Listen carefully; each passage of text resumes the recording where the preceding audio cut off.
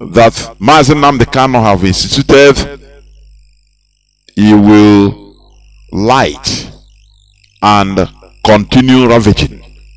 That is it. Therefore, we will never stop in what we are doing. Never, never and ever to stop in preaching this gospel. We will never shy away from it. Therefore, I once again welcome each and every one of you to welcome your friends and well-wishers onto this hallowed platform.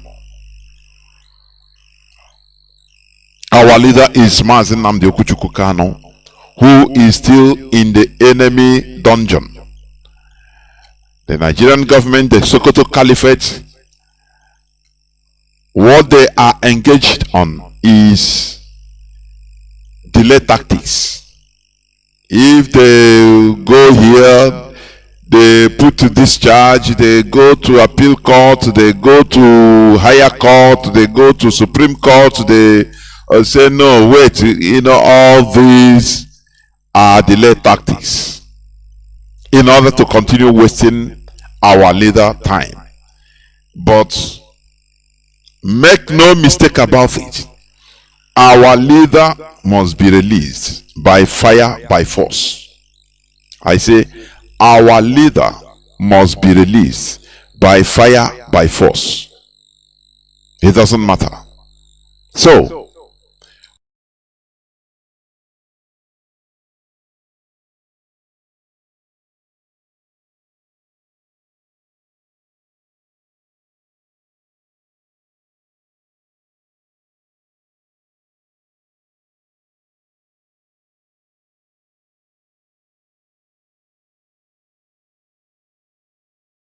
because we have superior argument.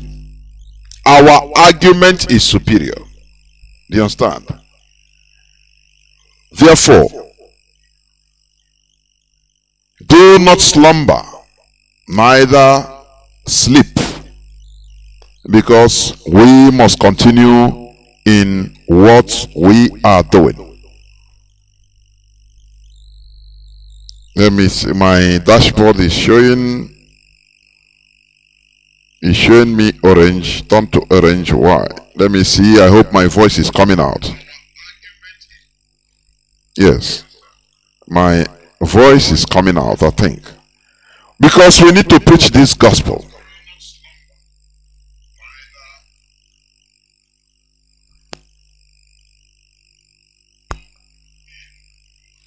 We must continue preaching this gospel, the gospel of emancipation, the gospel of liberation, irrespective of those that are being itched by Radio Biafra, Sokoto Caliphate, and their agent provocateurs. We must continue doing what we are doing, because everybody knows, the international community knows that we are doing the right thing. Do you understand me? The international community, they know that we are doing the right thing. We are not breaking any law. Forget about what the zoo is doing, the shenanigan. They talk here, they go here. Ask them, has any IPOB member, family member, been convicted in the Nigerian court? None, no single one person. Doesn't that tell you that we are, it tells you all you need to know. It tells you all you need to know. Because what we are doing is self-determination, guaranteed under international laws, even the Nigerian law. Self-determination. That is why Barrister Ozekome, he said it, that stop calling Mazi Nnamdi Kanu a separatist. He's engaged in something that is legal, legitimate. You understand? Therefore, before I go into the subject matter of today, which is captioned Basic Causes of Societal Underdevelopment, the basic causes of societal underdevelopment. Before I dive into that, which I will do in no distant time, I will go into some news that made headlines, because today I'm going to finish up because of another meeting. Therefore, we must continue.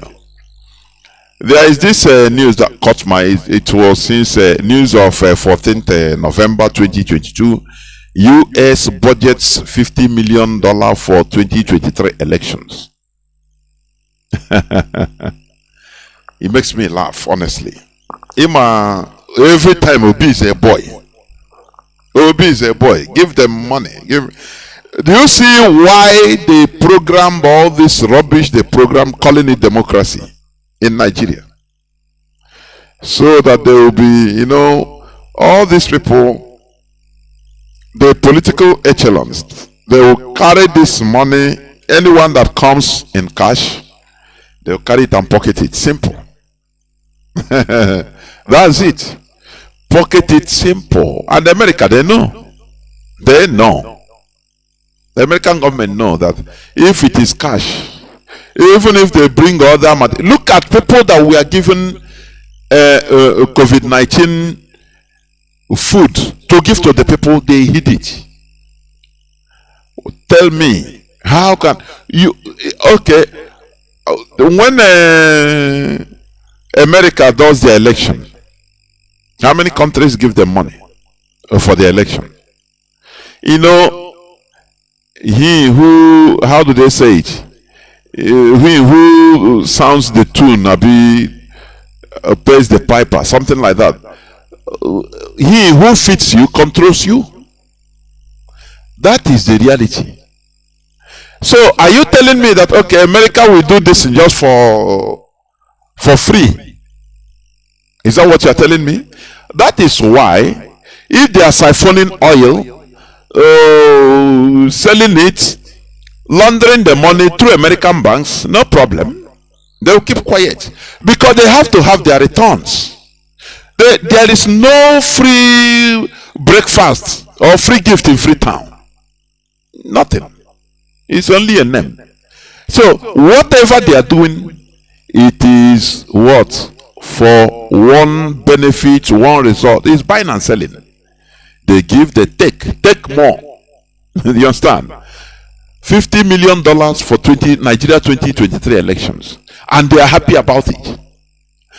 Let me ask, if Japan is doing election, is there any money given to them by US?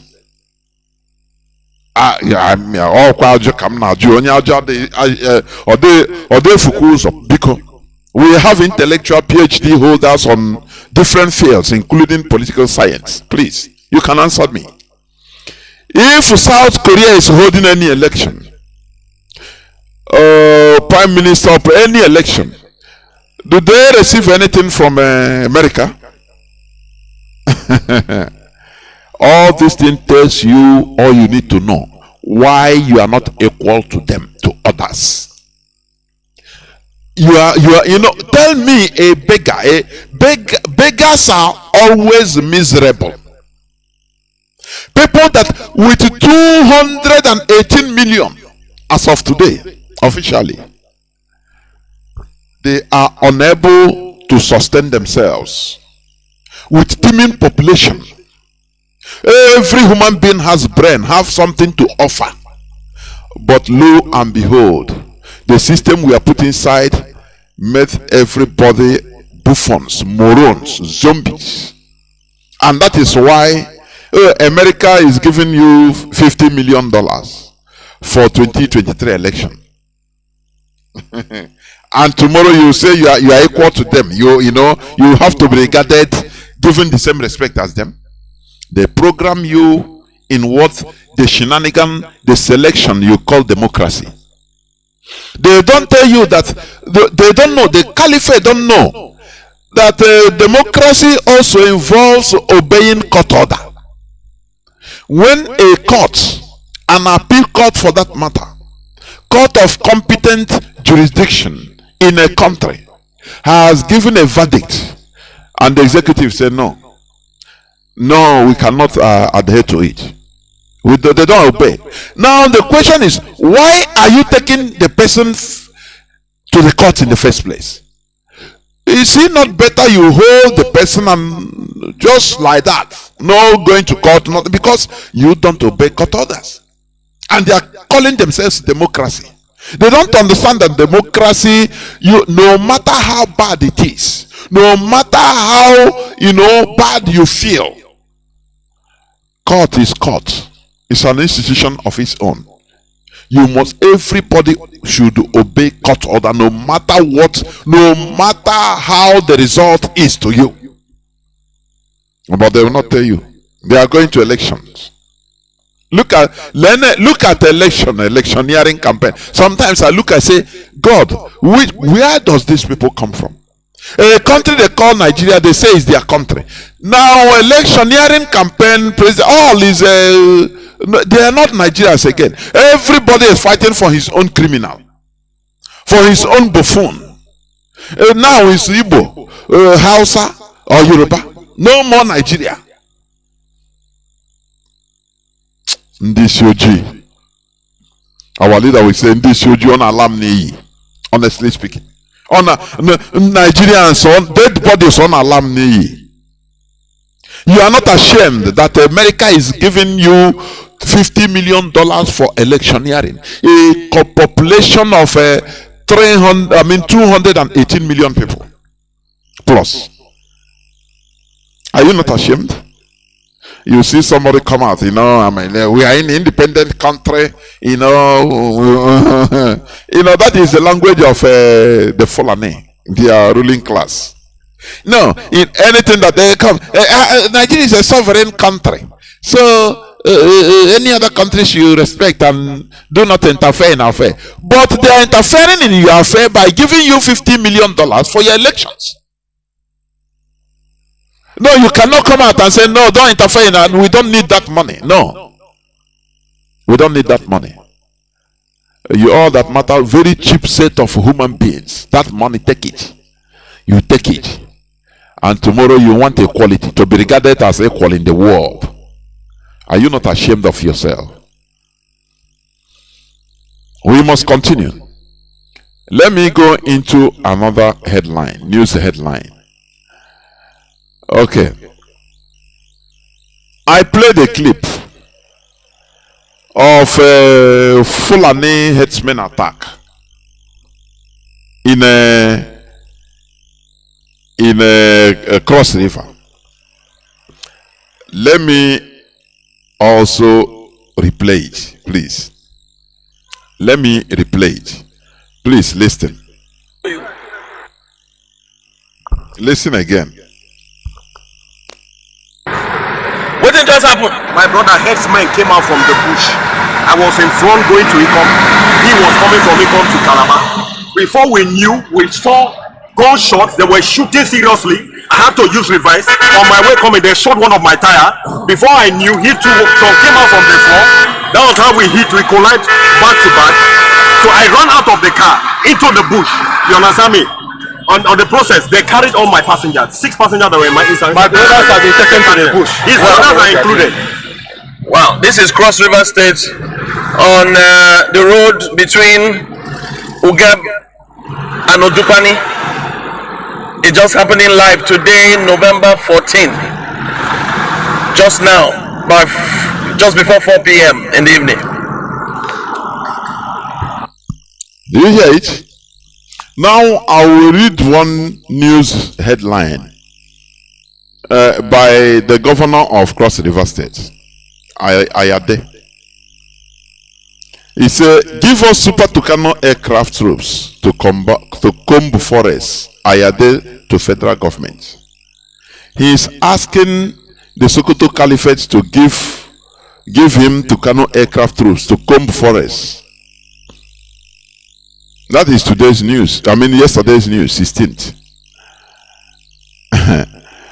Now he's waking up. But let me flash back, please. For your information, let me read a news of, what is the date? 3rd of December 2021. December Ayade. Ayade said on the 3rd of December 2021, I won't sign draconian anti-open grazing law because headers are my brothers. Cross River Governor Ayade. That was a year ago, almost. On the 3rd of December 2021, he made that statement. The same governor that is now crying. Let me read the headline again. He said, I won't sign draconian anti-open grazing law because the headers are my brothers. Cross River Governor Ayade. That was when the southern governors were meeting in solidarity with the pressure of IPOB that they banned grazing, open grazing in the whole of the south. They did meeting, they had governorship meeting, the whole southern governorship meetings, only 2 times. And the caliphate, the Sokoto caliphate wants to break into 2. Their eyes want to gouge out from the sockets of their eyes. And they warned their slaves not to, even Igbo, all those meetings, most of the Igbo governors didn't attend. They sent their representative because that is how they are programmed to be. To be individualistic, to be piecemeal, divided into piecemeal. Do you understand what is piecemeal? I used to explain it here. You know, when you bring a akbo, swallow fufu, you bring it. Maybe it's up to 1 kilo, 1 kilogram. You prepare, you bring it in a plate, bring your soup. You cannot be able to carry that fufu, 1 kilogram of fufu, which you will finish them. But you cannot be able to take it and put it inside your mouth. It's impossible. Now, what do? You use your hand, small, be cutting it into piecemeal by piecemeal. Molding them. That is what is called piecemeal. Once you small, you take one, you put inside the soup, you mold, put inside the soup, and you swallow. You just little by little, before you know it, 30 minutes or 1 hour, you finish that 1 kilo and want more. That is the way the caliphate have divided us, because it is important for them, for us to remain divided. That is why their nightmare is our coming together. I don't know.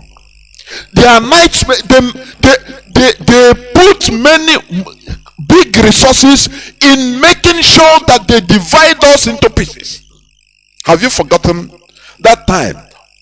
Everywhere, now I felt everywhere. Chinese television, every day, that is the caliphate agents, the emirs, they are coming out. Why should go south to have a meeting? Why? They shout every blessed day.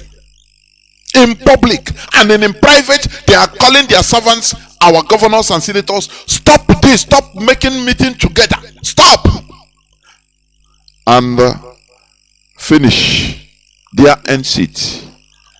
You don't hear them again. You don't hear southern governors meeting again, because these are slaves, primitive Neanderthals being controlled by the Sokoto Caliphate. We say it here as it is. If you don't want to hear, you go and jump into the nearest canal or hug a transformer, because that is how it is. Until we change our attitude, these people. Look at that time. Maybe the cornered Yade and call him and say, "Are you going to follow these people?" No, do not do that. You are our boy. You know that you are our preferred man. All of the whole Biafran governors. That is how they tell them. You know, they will come to this one in private. You know, they will castigate others to him. Don't ever meet. You know, the Igbos. Don't meet southeast. You know you are south. You know that. You will say, yes, I know, sir. So don't ever have anything to do with them, because the caliphate understands the importance of unity is extreme, and that is why they don't mind bribing, putting money down for you. Bribe this one, don't talk to this one. Bribe this one also, don't talk to your friend or your brother. Bribe them individually. Give them everything needed by them, so that they will not talk to each other. And today we are at the governors, Southern governors meeting. Even the so-called southeastern governors, do they meet? They don't see eye to eye. They made sure they divide them. That is the Nigeria we are, the politics in Nigeria by the caliphate. But they themselves, they made sure to be in one bunch, always in one bunch. There, it doesn't matter. Governors of Middle Belt, Nasarawa will come. Governor of Nasarawa State, is it Darius? He will come and say, "No, we are not part of the North." That is his talk. Why making political statement? They will come. The caliphate will come and say, "We the North." Autumn will say, "Who called that we are the North? We are not the North." They will come and shout, "We are not part of the North," but forcefully, they put them because they understand the importance is extreme importance of being in a bunch. They don't joke with it. Ima ogbu mmadụ ọ dị ekwe ka e were mmaga ya n'azụ. Do you understand? Ogbu mmadụ ọ dị ekwe ka e were mmaga ya n'azụ. That is what the Fulani did. They made sure to divide the South into piecemeal so that they can be able to swallow everybody, but little by little.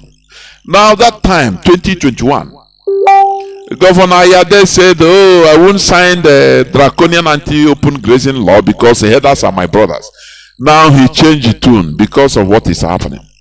He brought them in, and now they are now committing their normal terrorist atrocities. Do you understand? And now he's calling to Kanu jet for him to bomb the forest.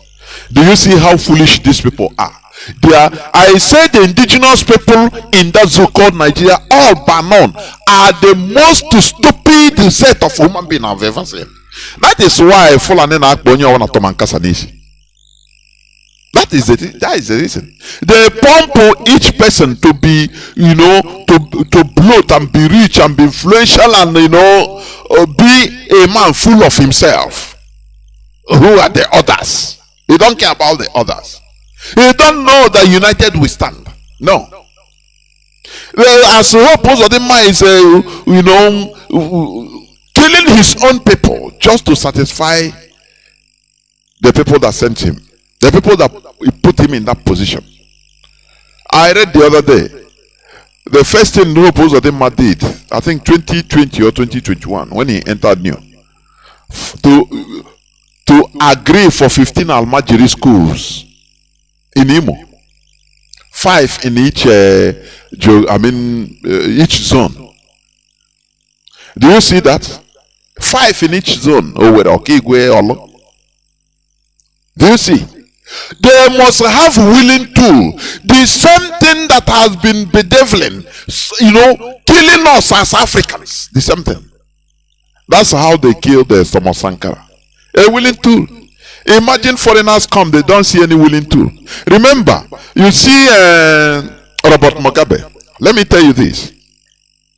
Robert Mugabe, the West, Britain wants him dead by all means. They don't care scattering the country. Because Robert Mugabe fought them to stand still. He disallowed them on everything. So, you know what they did? They tried to arm the opposition, the chief opposition politician. That time, what is his name again? Is it Mogai Changara, if I'm not mistaken, please? I think the man is still dead also. If somebody know what is the name of that man, is it, I think, Mogai Changara? The opposition to Robert Mugabe. Yes. So, they cornered that opposition. Say, we will support you in any way. We will give you arms. In order to fight this man, you have to take over, take office, take over the presidency. We will support you. You are our man. But do you know what? The man is a wise man. The man refused. The man refused. He said, no, I can be making noise as an opposition. It's Mogai Shangarai. Yes, Mogai Shangarai is him. So, Mogai Shangarai said he reviewed this by himself. I think he's dead. Yes. After Robert Mugabe died, he himself died also. Yes, he's dead. So, you just imagine. Imagine he took arms. They will flood arms to him. Britain will give arms to him through a third party and pretend they didn't do anything. They don't know anything. Mogai Shangarai, now many people will die, will be slaughtered. The country will be in flames. And maybe by now Mogai Shangarai will be dead. And people will be suffering. Do you see it? Robert Mugabe is dead. Mogai Shangarai is dead too. Now, tell me, all these people that are selling our collective interests, do they think at all that they will die? What matters is the legacy you lay down, nothing more. But that is why I say, you see, indigenous people in Nigeria, they are the most foolish set of human beings. It's only Mazi Nnamdi Kanu came up in order to open our eyes and took us, remove us from the position, the stupid position we have been. All of us but none. From Kanuri to Hausa to Igbo to all. That is why, the Fulani, they are on top of everybody. Fulani that is not up to 2% of Nigeria population. Not up to 1% even. In the actual sense of it. Not up to 1% of Nigeria population. They are controlling everybody. Doesn't that make you think? How? Because the indigenous people are stupid. They are busy eating the flesh of their own people, fighting each other. And the Fulani, they know how to rally around. They know how to rally around. They know how to rally others politically to support their cause, even without knowing that they are supporting their cause. Now, this Ayade, governor of Cross River State, he is now crying. But he has forgotten that he is the person that invited these people. Go to December 3, 2021 news.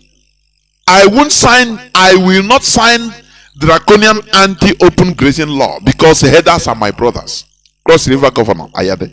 Today, he is now calling for to Kanu Jet from the same headers, in order to bomb their brothers.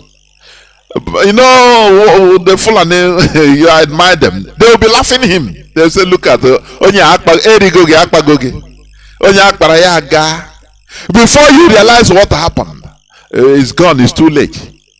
Danjuma, before you realize what happened, they collude. But when he was killing Biafrans, that he's fighting for Nigeria.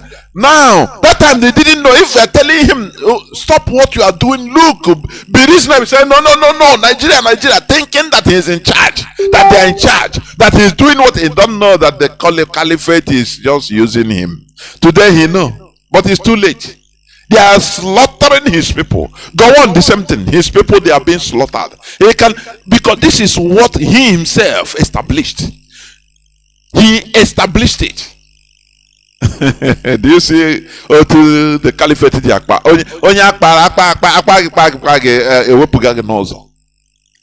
dribbled the Korocha, dribbled him. He spoke Hausa, the whole Hausa he know.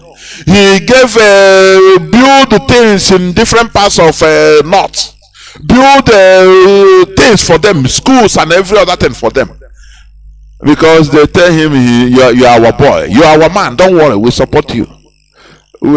At the last, what happened? They sent the DSS from up they surrounded his house. He closed his bulletproof doors. They say, okay, we know your secret. They went from up, from the ceiling, they came down to arrest him, and they took him like a chicken. By that time, he started calling Jesus. You know, akwara kanka ya chete Jesus. Any of them akpara ya chete Jesus. Jesus n'aka gị ka m ghara onwe m n'oge awa dịka ugbu a. You know now. Oh, Jesus now. Oh, even kelere Maria, mother of Jesus, mother of God. Oh, ya biko unu bịa na. Fulani say akpago gị. Move. The question I used to ask, will they learn? They never learn.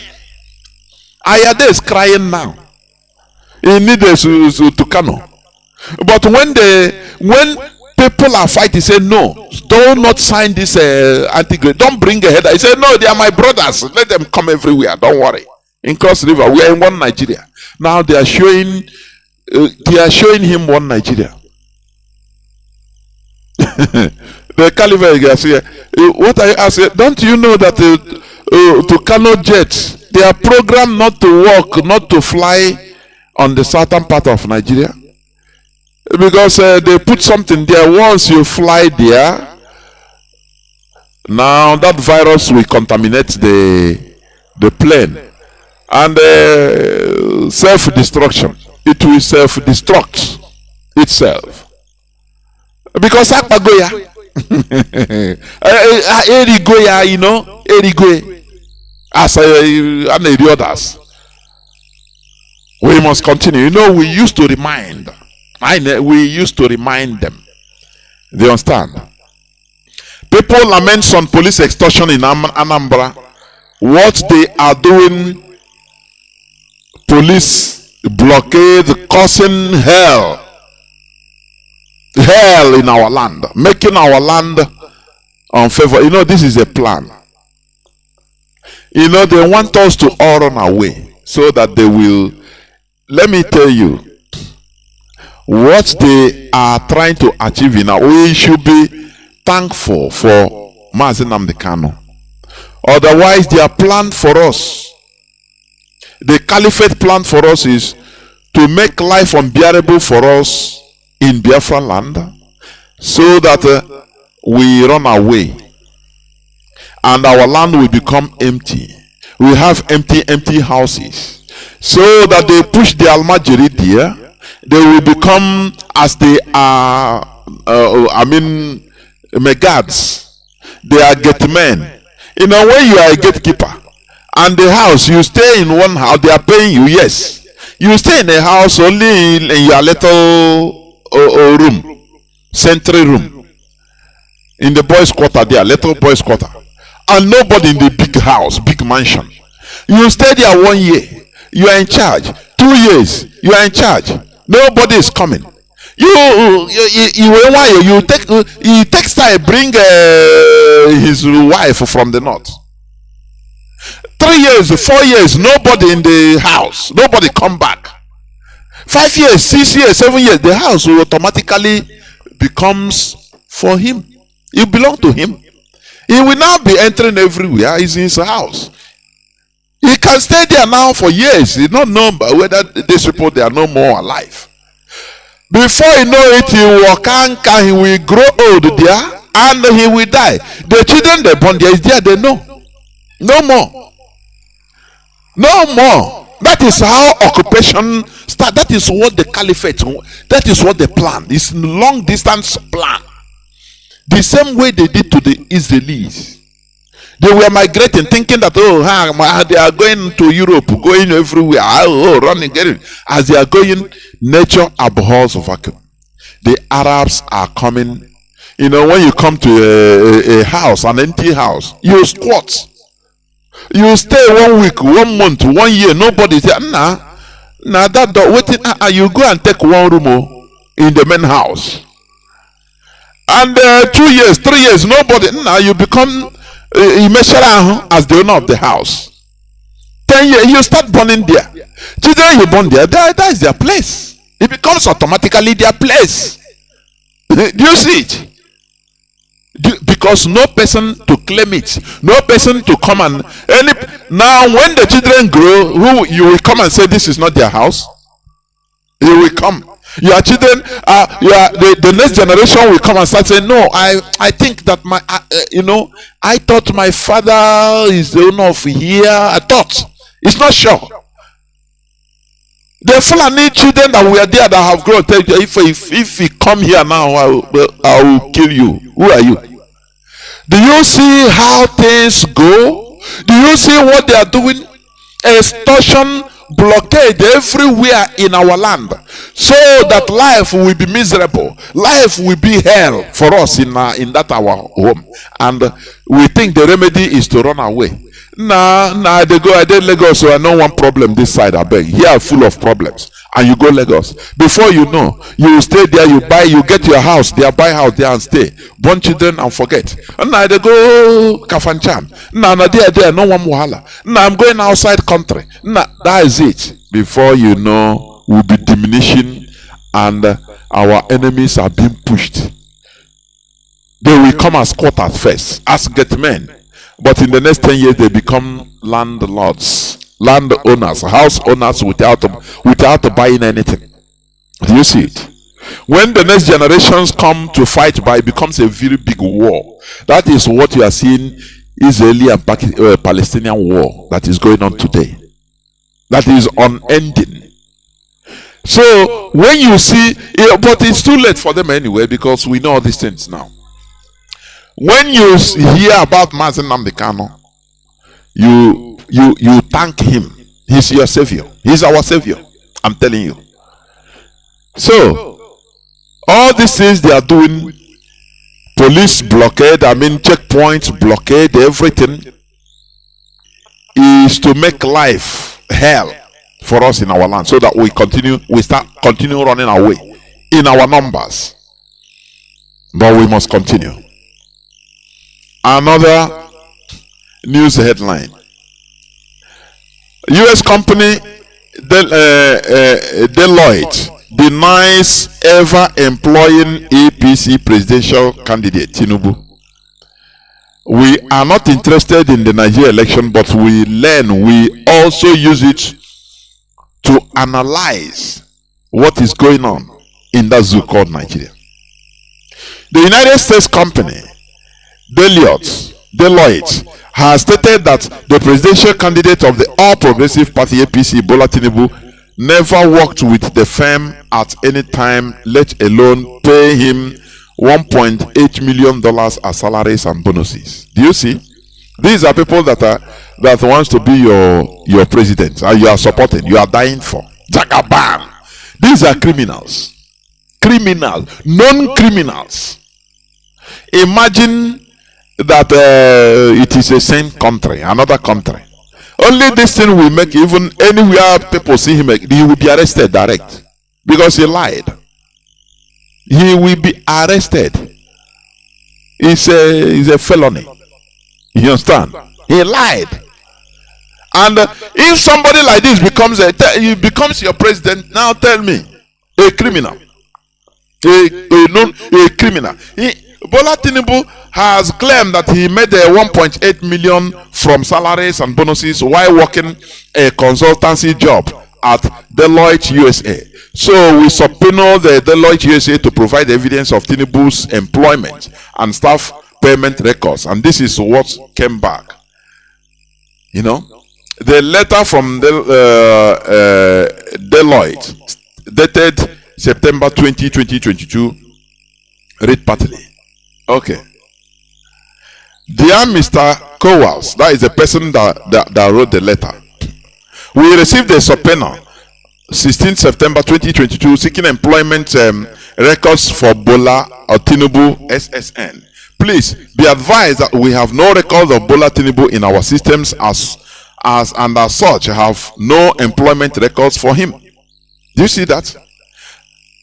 Because he claimed that they asked him the money. What about the money? What you did in America? And they tried you, or they question you as a drug addict. I mean a drug seller. and Femi Adesina was defending him. No, he put his he's living in the same house with drug sellers, drug dealers. He never knew that they are selling drugs, and now he claimed. They say, okay, what of the money you are making that time? How do you make it? He said, no, I work with the Deloitte company, and they contacted Deloitte company, and he said the Deloitte company, the president said, no, this man never worked with us, so we don't have any record of him working with us. And either we paying him $1.8 million in salaries and bonuses. Case closed. But we Nigerians react, no. And the worst is every day you are shouting, oh, we are suffering. Oh, why is Nigeria like this? Do you know why it's like this? Because you're a dead body. Because you don't respond to stimuli. That is the reason why you are suffering. You are a dead body. A whole presidential candidate lied. He is a drug dealer, or he was a drug dealer, and he ran away from America. Now he lied that no, the money he made there, he was being paid by one company, Deloitte company, and the company said no. This man, we don't even know who he is. Now, what do you expect people to do? If real human beings, they will rise up and pursue that man into oblivion. But no, I used to say Nigeria is not a normal country. It's not a normal country, honestly. If it's in a normal country, that man that wants to be a president and lied. I trust them. They will kill him even. You will see one person will be targeting him and shoot him and kill him direct. So how can this person wants to be the chief, my chief executive officer, my chief executive, the country's chief executive? How? With what morality can he be ruling? He's a criminal. But Nigerians are dead body. They will use it to make a jest, make comedy. That is why comedy is moving very well in Nigeria. Comedians, they are rich. These people that used to talk rubbish, use everything to make jokers. They have turned everybody into jokers. Look at their gathering. People pay in order to listen to them. They will joke with everything, including, Bola Ahmed Tinubu, he's a drug dealer. No, wow. Even the company, he said he doesn't work there. They say he doesn't work there. They don't know him. Now, wow. Anyway, what do we go do? Are you going to? We continue praying. Naija now for you. Naija. After all, he's a big man now. He make money. So go and make your own. And you see dead bodies, they accept it and you cover it like that. And tomorrow everybody will be shouting, no, now wow, hey, I never see this type of country before. But you are part of the problem. What we are doing is to make everybody to rise up and become human beings that you are supposed to be. That's it. Another news say Nigerian government approves 3.2 billion naira for Osman Dan Fodio University perimeter fence. 5.1 billion naira for printing for exam council. For printing for exam council, NECO. Do you see Osman Dan Fodio University perimeter? Only to the fence. 3.2 billion naira from the federal government. Whereas they have removed, dismantled the railway lines, the rails in our land. But only the fencing of Ottoman Dan Fodio University is they approve. It's not state government, it's federal government. 3.2 billion naira. Do you see it? Do you see a country you want us to be? Do you see it? Ottoman Dan Fodio is the Fulani that conquered the Hausas through his preaching. He twisted their brain. That is why when I saw people that are, they are criticizing what we are doing, I say, God, what is all this? Don't you know that they use religion in order to subjugate people? Don't you know that? They turn people into believers. Believe instead of thinkers. You know, one white man, I used to play his clip. He said that the white people, they are ideology manufacturers. They manufacture, you now believe, you call it the word of God. And Paul say, St. Augustine say, it's the word of God. You believe as a believer. I cease from being a believer. I'm telling you, we should be thinkers, not believers. Now this man, in 1804, he started the jihad that subjugated, that relegated the Hausas under their foot still today. That turned the Hausas into Almajiris they are till today. It's just of recent days, Mazi Nnamdi Kanu turned everybody to be rising up, to understand. It's Ottoman Danfodio. And in Hausa land, they named this university Ottoman Danfodio University. People, somebody that conquered them, that set a pace for the conquest that they are using Nigeria to conquer everybody to today. It's Ottoman Danfodio. Now, why wouldn't they give a sign heavy sum of money only for his for the perimeter fencing? Why? Will any person cough? Will any indigenous politician cough? It's a very big pity. I think the other time they are saying they should, when that witch Queen Elizabeth died, the caliphate was one person among the caliphate was saying in order to provoke us that they should name University of Nigeria and Soccer, name it after the Queen Elizabeth University. Do you see? But in their own, they name it to their people, to their ancestor that helped them, that started this goal that they are trying to achieve, that make them focus. In 1804, Ottoman Danfodio, they have Ottoman Danfodio University. In our own university, we call it University of Nigeria, Federal University of Technology, Federal University. You don't name anyone according to no federal university in our land is named after any of our heroes. No. It is either Nigeria University or Federal University. What Azikiwe turned us to be? Sacrificial lamb, sacrificial chickens. Even lamb is even big. Sacrificial chickens for Nigeria. And they are working towards it. And we said no, it cannot continue. We cannot continue being sacrificial chickens. They name Osmano Danfodio University. Even they name it the local way, Osmano Danfodio University. So it is that's it. Do any person cough? 3.2 billion naira for only fencing the perimeter. Maybe something that will not reach 200 million naira. You see these people, how they loot. The way they loot. We must continue.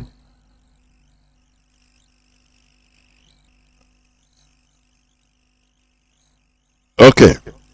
We must continue. Ohaneze not consulting deities to punish Governor Soludo over anti-Peter comments. Ndibo disassociate. There is something I want to say something about this. You know, when they say Ohaneze not consulting deities, when you hear deities, you say no, wow, hey, oh yeah, more John Dibo. Hey, you know the way there is. I want people to understand that there is power in words. They didn't say Ohaneze not consulting God. No. Because once it's our Igbo traditional thing, they put it deity so that it will look somehow in the ear of people or in the eyes of people reading it. There is power in words. You understand? There is power in words. The same way they call our leader separatists.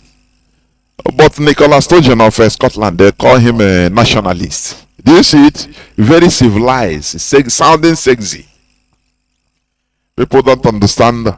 The Fulani, they learn all these politics of words, so that once you continue hearing that word, it become part of you. If it is a demonized word like deity, you don't know that deity is the same thing that God is a deity. No, but they will not. You see people now start arguing it. No, deity is just a language. It's just English language. English. Deity is God. You understand? Chuku is deity. But when you hear they write it like this, say now, which means now these people, they know this, their local deity,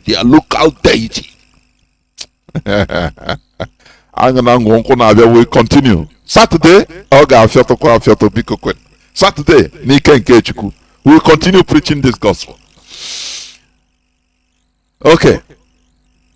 Fulani headers group share kola nuts as mark of tradition to seal articles endorsement for 2023. Fulani, the Mietiala, they have done it. I read it. It's Mietiala, the terrorists. They have taken their own. Atiku is a Fulani man. You see? Do you see where they call one Nigeria? They don't go for the best. No, everybody is dragging to his side. Do you see why we shouldn't be in this mess they call the zoo? We shouldn't be there in the first place. Britain created something very, very a monster, and we are there. We are Nigeria. It's a mess. Therefore, they dreaded the fourth most deadly terrorist organization in the world. They endorse their own man, Atiku. He's a Fulani man. In a Nigerian setting, no person goes for the best. No, you take your own. Even terrorists, they take their own. That's it. Nigeria police. I want to read here. I think I will read it before there are many others, but I will not continue. I will read here before I go on into the subject matter of the day, please, because I will close earlier than usual. Another news headline is saying Nigeria police officers accuse authorities of embezzling 6 months unpaid arrears, lament risking lives while top officers lounge in air-conditioned offices. Listen, let me read a bit, please. You will see why I want to bring this. Nigerian police authorities have been accused by some officers of embezzling 6 months arrears of constables, corporals, sergeants, and inspectors. The officers lamented that it is unfair for top officers to sit in their air-conditioned offices and keep embezzling their entitlements while they are out there in the bush, risking their lives without knowing what their families will eat the following day. Okay? According to them, the Nigerian government last year, granted one of the demands of NSAS protesters by approving salaries increment for police personnel to take effect from January 2022. Do you see? Do you see that even police, they are beneficiaries to the NSAS protests, which they themselves or even help to shoot the protesters? Do you see that? Do you see why I say Nigerians are very stupid? Police they said no because of NSAS protests. Nigerian government even approved some benefits for police, which means they know that even the NSAS protesters, they are protesting for their own good, even the police and even the military, but they sent them to go and shoot them, and they went. Do you see how black people are damned forever, if not for Mazi, Nnamdi, Kanu, and IPOB? They are damned. Why didn't they join? Why didn't they disobey others that time? Shoot, they carry shoot. Why didn't they disobey others that time and say, no, these people, we are together, they are fighting for us also? No, they were in, they start shooting. Do you see Do you see the problem of black people, of Nigerians in short? Do you know 2011, when the revolution that started that swept over Arab land, they call the Arab Spring. Do you know in Tunisia, when they started, the protest started, the president gave order to police to shoot aside. Tell the military, shoot aside. But do you know what? They disobeyed orders. They said, no, we cannot shoot our brothers and sisters, our children, our fathers and mothers, just because of you group of politicians that are no. They disobeyed orders. The whole arms and equipment they brought to them, they left it there, and everybody, even they joined the protest. Do you see people that sabi? The people where sabi? Do you see it? Amami here, you don't get it in school. No. Enlightenment is something that it should come like this. What we are preaching. You open your brain, you think, reason, subject everything to the altar of reason. That is it. The Nigerian police, now they are shouting, oh, the benefit they got from NSAS protest. Now their police hierarchy is sitting on it, enjoying it. Now they know. And these people that are sitting on this, they are very few. While the corporals, the Koronfo, the sergeants, the police inspectors, they are in their hundreds of thousands. These other people, they are very few. But now what happened? They will now go and start extorting miserable ordinary people like them. That is what is happening. Instead of them to go and face their hierarchies, they have guns. These people, they have guns. Go and organize, go and meet them and kill all of them. No, they will not do. Instead, they will go on the streets. Any boy, hey, Yahoo boy, come, hey, we will kill you now, we shoot you and nothing will happen. And the poor person will give them anything he has. Do you see how they behave? These policemen, they know that, look, the NSAS protesters were even protesting for them, for their own benefit. But they still, no, what are we going to do? It's our job now. We have to obey order. They ordered them, go and shoot them, and they went and shoot. And they destroyed the NSAS protest.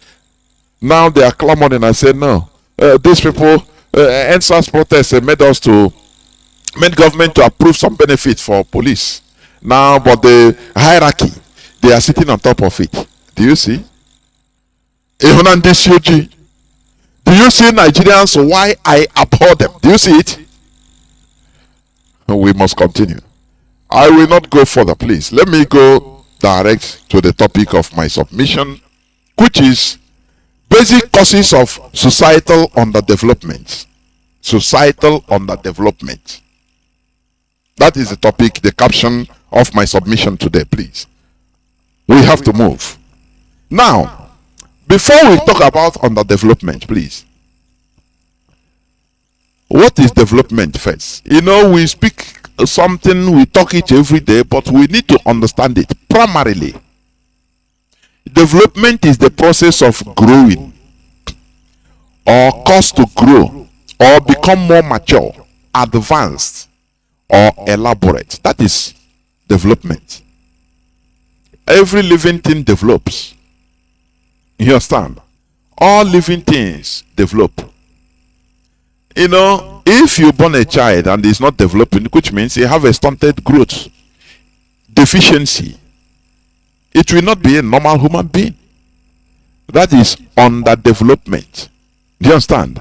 So when a country is underdeveloped, it's not developing, which means it's stunted, which means it's deficient, which means it's not normal country. Do you understand me? That is it. Therefore, underdevelopment refers to the low level of development, that is below development, characterized by low real per capita income, low real per capita income. Why? I will define that per capita income, because when you hear all these things, you think it's a very big something, but it's very simple. Widespread poverty, lower level of literacy, low life expectancy, underutilization of resources. Mark that word, underutilization of resources. Okay. Per capita income simply means is the country's income, the global income of a country, divided by the population of the country. Now, example, gross domestic product, that is GDP of Nigeria, that is the whole money of Nigeria, is $440.8 billion. That is the whole money of Nigeria. Okay? Now, when you divide that 440.8 billion naira divided by the overall population, and the overall population of Nigeria as of now, officially, it is 218,541,212. So when you divide this thing, the global money divided by, the population, now you get what we call GDP per capita income. It's just like a family. Maybe your father's overall money, what he has, is you're a family of a father, mother, maybe a grandfather, one of the grandfather, or only one grandfather or grandmother. Now with 5 children, that is how many? 3 plus 5, that is 8. 8 people. And the father has in his account, for example, 500,000 naira. When you divide 500,000 naira by each people, you now understand the amount, that is the per capita income of that family. That is what it means. Simple. So that when they speak all this big grammar, you understand what it is. Primary explanation. That is it. So, now, out of 186 countries, Nigeria is in the 158th position of the World Human Development Index, which is a total failure, and that is underdevelopment. Do you understand? Underdevelopment. Underdevelopment, as I said before, underutilization of resources. We have crude oil in Biafra land, and we cannot refine the crude. We don't. It's not us. We cannot bring it out from from the ground. Shell does. You understand? Total, Chevron, they have the machine, the technology to bring it out from the ground, not a local technology. No, because we don't know how to do it. The government don't want people to know, don't want their citizens to know how to do it. No, so that monopoly goes to Shell, goes to Chevron, goes to all these foreign companies. Do you see that? Underutilization of resources. Now, when we have this thing, we have crude oil, but if you leave it for, we cannot bring it out. That is number one. Even if we can bring it out, we cannot even refine it. We don't know how to refine it. We don't have refinery. The refinery we have is sabotaged, and it is being taken outside. Transport fare paid to take our crude oil outside to refine it, and when it is being refined, now we buy it. Government pays money to buy our refined crude. Only, refined crude oil can bring out more than 11 to 12 products, or more than even 15 products, different products. But when it comes out, now Nigerian government pays money under, what do they call it? what is that terminology they use? They will pay that money and repurchase the only maybe 2 or 3 products out of the 15 products by crude oil. I mean, from crude oil. Do you see what is underutilization of resources? Do you see it? It's very, very. That is why it is underdevelopment. Underdevelopment. There are many. I will come to the causes, but I'm just trying to define it for you to understand. Oh, crude oil, crude oil. We take the crude oil out. A country of 218 million people officially. Now they take the crude oil outside. It's foreigners that drill it from the ground. When they drill, the one they sell as you know, to earn foreign exchange, to earn dollars. The foreign companies that are drilling this, they don't have any meter where you will automatically watch and say, today it is 5 million barrels or 3 million barrels. No. Anything they is what is taken officially. There is no meter. So Shell, Chevron, all these foreign companies are running the show. If they load 5 million barrels, they will tell you, they will declare Nigerian government it is 1.7 million barrels. So they write it down. Out of that 1.7 million, they will sell the money. I mean, they will sell the thing. They will not put the money inside the government account. They will loot more than 3/4 of it and put only 1/4 there. Do you see it? Do you see what is underdevelopment? Underutilization of resources. No electricity. We have resources. We have, sun. We have air. We have mountainous places that could be good for wind panel. Sun for solar energy, industrial scale. We have bushes. We have rivers. We have ocean that you can utilize and harness the wave in order to manufacture electricity or generate electricity. But all these things are not used because the government is not interested in developing people, in making sure people develop their capacity in order to utilize all these things. No? Let me see. I forgot. There is fuel subsidy. Yes, I understand. Fuel subsidy, in the name of fuel subsidy. Yeah. There is a place, that place,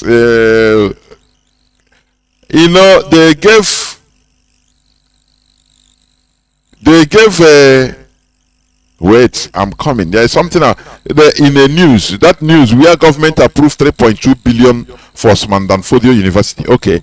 There is a place they gave Dangote the contract in order to approve the sum of 2.5 billion naira for the procurement of operational vehicles for the Federal Road Safety Commission. Do you know who they gave it? Dangote Automobile, Peugeot Automobile, Peugeot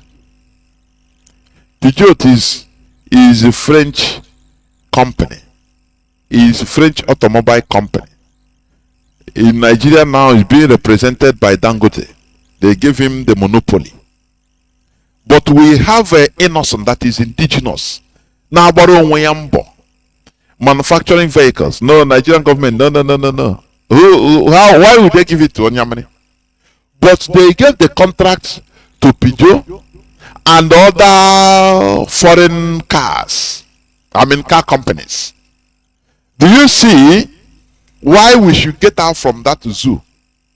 They are killing us. I'm telling you. When you look at these people, the caliphate and other foreign cars, I mean car companies.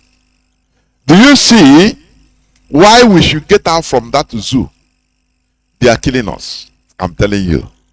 When you look at these people, the caliphate is destroyed Biafra technology, research and development, the black man weaponry technology, missiles, all these things. Go on, destroyed it because of the hatred of the Igbos. He destroyed it. Now, I used to ask this question. Look at Germany. Germany has a population now, I think 83 or 8 something million people. The largest economy in Europe. Doing very fantastically well. And not only them enjoying it, the whole Europe, even the whole world enjoying it. Imagine that after the Second World War, Germany was rendered, hopeless. Germany was rendered undevelopable. Imagine today what will have happened. Today, by this time, the whole Europe, they would have been in turmoil, trying to solve the problem of Germany. Because Germans, anywhere they are, they will be rising up. They will become a thorn in the flesh of Europe. Do you understand? Because that's their natural talent. They were not allowed to use it. So they will be using it for bad things. That is what is happening in our land. When you call Yahoo boys, Yahoo, this and that, do you give them, do you provide something good? Wow. In absence of that, I'm not supporting bad things, but let us face the reality.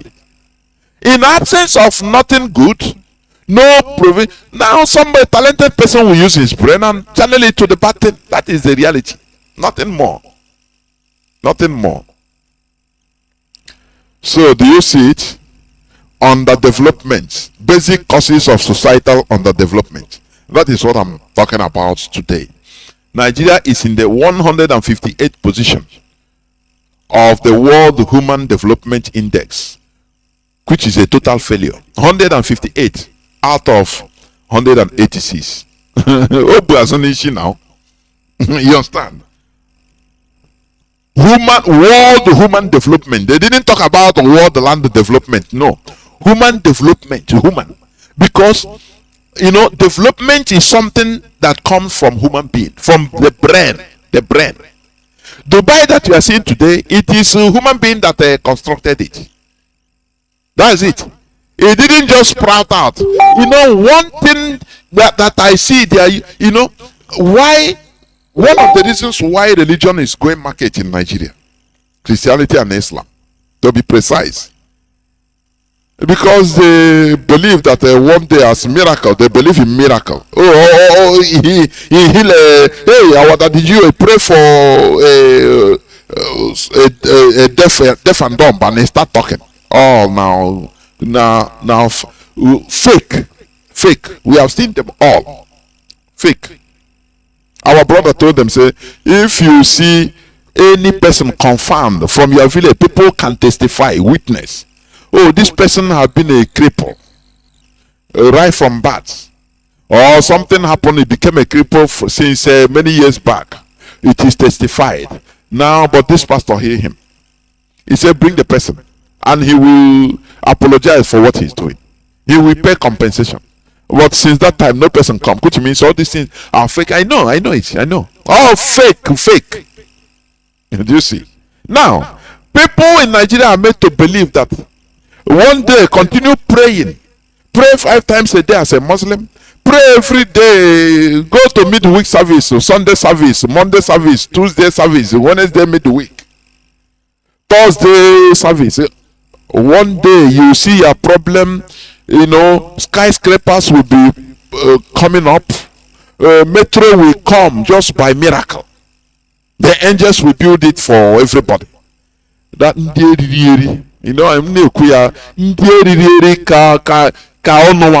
I'm telling you honestly. And you believe. Amen. We must continue. So, human development, Nigeria rank 158th position out of 186. How do you call it? It's failure. Total failure. Total.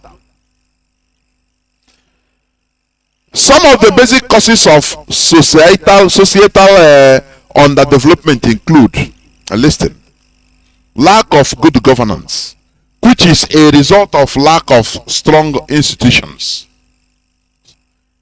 Lack of strong institutions, or very wrong institutions also. You can build institutions, but very wrong one. You know, they build a Hizbah police. It's an institution now in the Sharia not.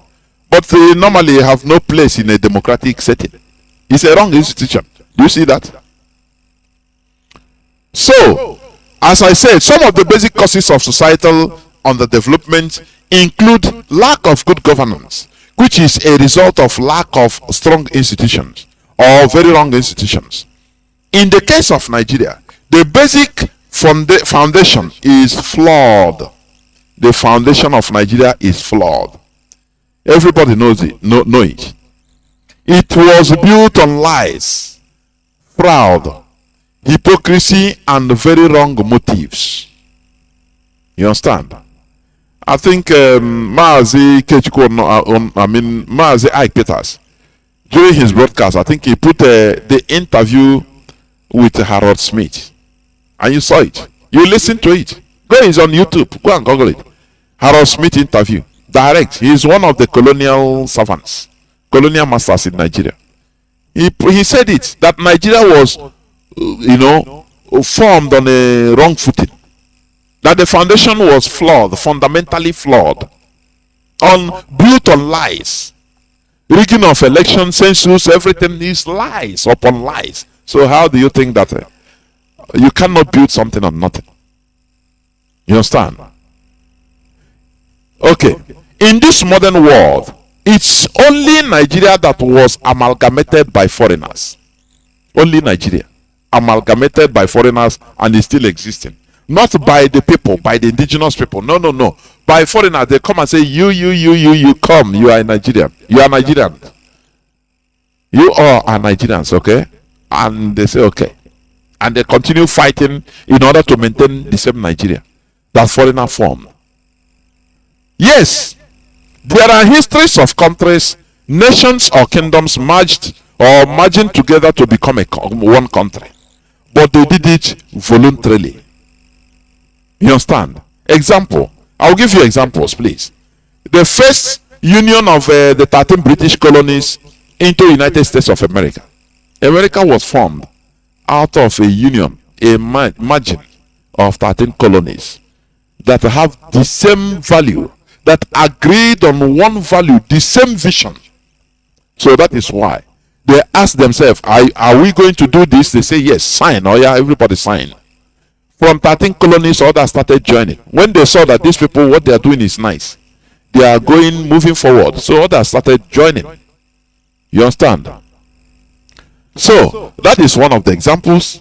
Another example of union, a voluntary union by the indigenous people, is a union of Tanganyika and Zanzibar. What you see today as a country called Tanzania is a union of two nations or two kingdoms, Tanganyika and Zanzibar, and they are ruling themselves on federal system. You know, federal system, weak center, Tanganyika and Zanzibar, and they are known today as Tanzania. What about the merging of 7 Emirates, including Dubai, into what we call today United Arab Emirates? You understand? They merged themselves and say, okay, we can be one country, no problem, but under very weak center, and they agreed on their terms. They voluntarily did so. Nigeria never did that. Somebody just come from nowhere, from out of blue, and say, oh yeah, come, you are Nigerians. And you see animals, they agree. What about the union of England, Scotland, Wales, and Northern Ireland into what you know today as the United Kingdom? They joined together. They agreed. Today, Scotland is trying to say, no, we want to be ourselves. And they are going through referendum. They have conducted, I think the last referendum was it 2014, if I'm not mistaken. And they are trying another referendum. It's not a call for war. They are not killing people because of it. Instead, they are going on superior argument. Referendum. You convince people. Some people say, okay, it's good we become ourselves as a complete independent. You know, complete independent country. It's good. Other groups say no, it's good to be in United Kingdom as a one country. You understand? So, what do you see about this? These are unions, unions that voluntarily match themselves. They come together by themselves and say, look, it's good, no problem, one vision, let us be one country. And they define their terms. But the difference is that in Nigeria, one useless man you call Lugard, he came from nowhere with his girlfriend, and all of a sudden his girlfriend wrote a column in one newspaper. He don't know what the word to use to refer to where they are. He said, in this part of world, the place of the Negroes, she used it to make statements. And that is the first time. And that was the first time Nigeria Nega area was mentioned. Oh, in the place of the Negroes, this side is the place of the Negroes, Nega area. Okay. From there, the husband say, oh boy,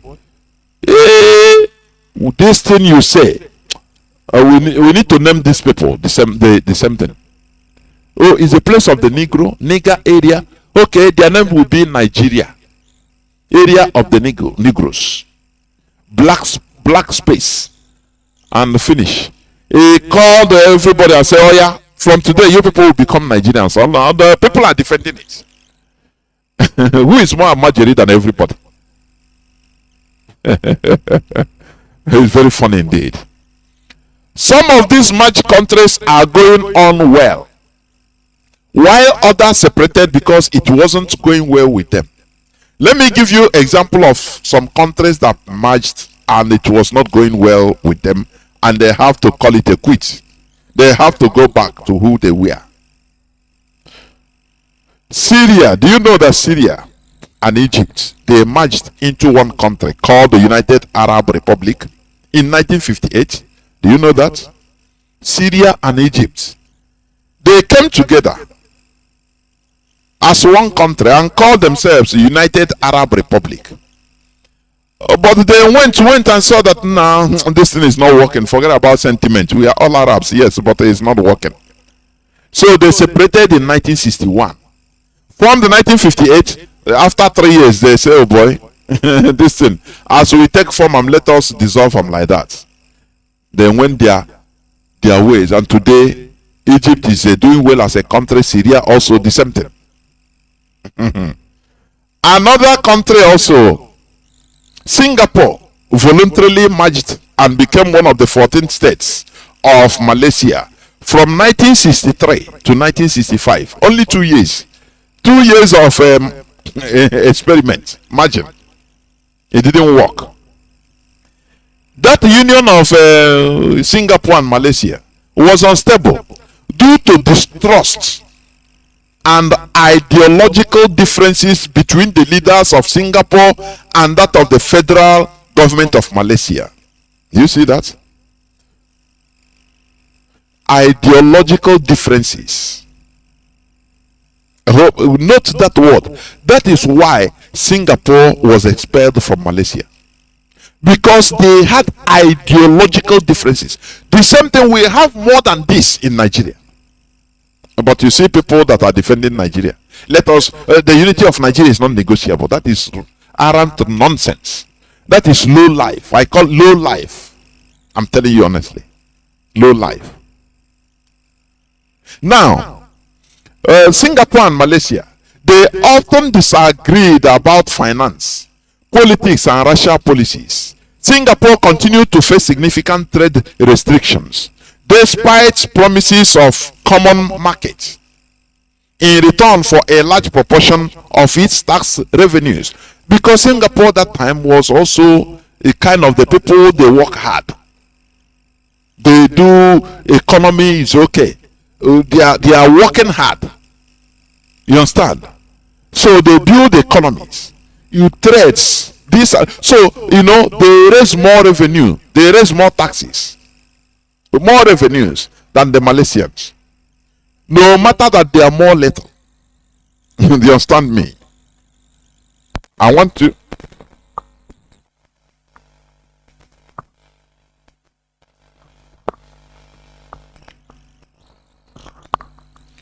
Sorry, we must continue. Sorry for the participants disturbance. What is happening?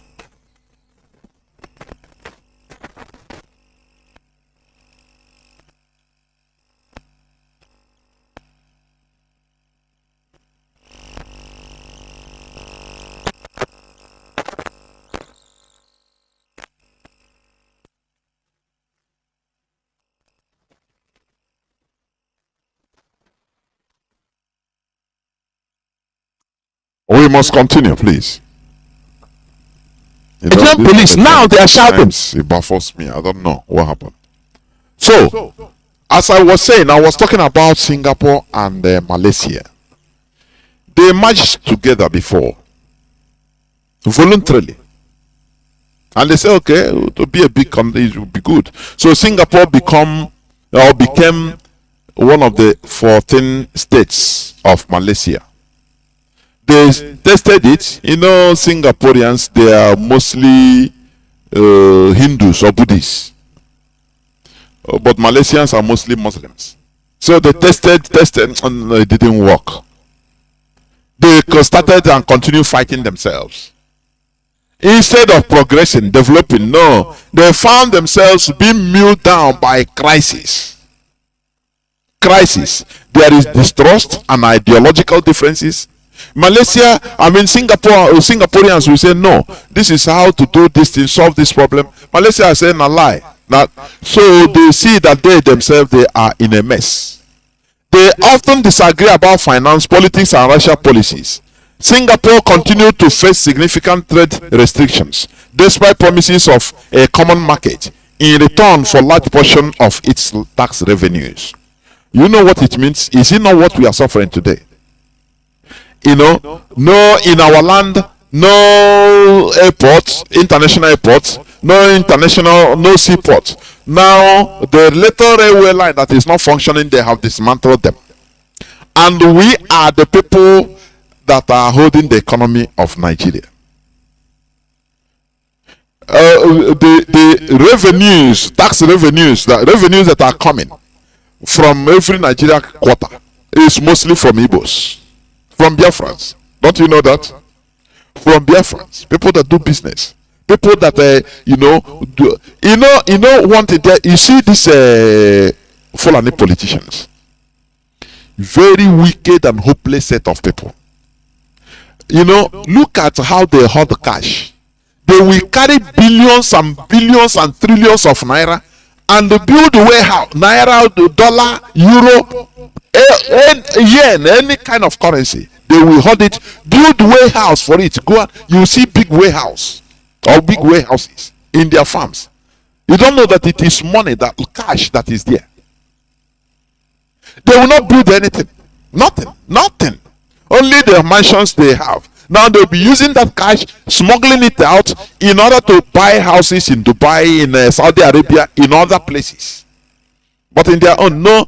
Had it been even they steal that money and build the infrastructures, build the schools for their people, build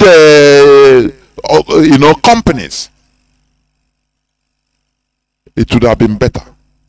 If they build factories, it would have been better. But they don't build nothing.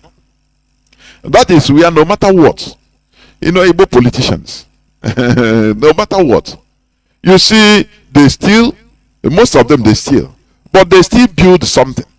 Look at Okorocha, no matter he suck him dry, but at least he built estates in our land, no matter what, and make people work. But the Fulani, the hot cash, that cash will be there and spoil. Oh, Chineke, the people we are with our demons. They are witches that suck blood. They suck blood. They suck blood. Do you understand? Witches that they suck our blood. They take our natural resources, crude oil in Biafra belongs to Jigawa. They suck it every day. The one they are sucking through pipe to Kaduna or to Kanu reserve. From there they are taking it across the border every day. All others also they are taking from the sea. They are sucking from everywhere, every corner. These people, and what are they doing with it? Does it stop the fact that the Amajiris they are breeding children that are bakers, miserable people? Do you see? Don't you notice something? The difference between us and them. At least, even if our own politicians they steal, yes, but you see some of them, they will still build something, no matter what. They will build, if they build the estates, build hotels, build any type of factory, any type of thing, no matter how imperfect. But what does the Fulani, what does they build? Only Dangote. They will keep the money with Dangote. So yeah, take, hold it for me. And he is the richest man in Africa. Singapore suffered the same thing for 2 years only. Only 2 years they run. They said no. No. Now, this lack of, I'm talking about Singapore and Malaysia. This lack of common values culminated in the decision by the then Malaysian Prime Minister Tunku Abdul Rahman to expel Singapore from the Federation. And on the 9th of August 1965, Singapore, albeit her small landmass of only 728.6 kilometers square. Do you know the landmass of Singapore? Do you know? Not up to 1,000 kilometers square. 728.6 kilometers square. Do you know what it is? Very, very tiny. For you to understand that tiny, small size, it doesn't mean small brain. No. They were expelled from the Federation. Malaysia think that they pursue them now, they will become rubbish. Singapore cried. When Singapore, according to history, the Singapore chief, that when announcing it, he was crying.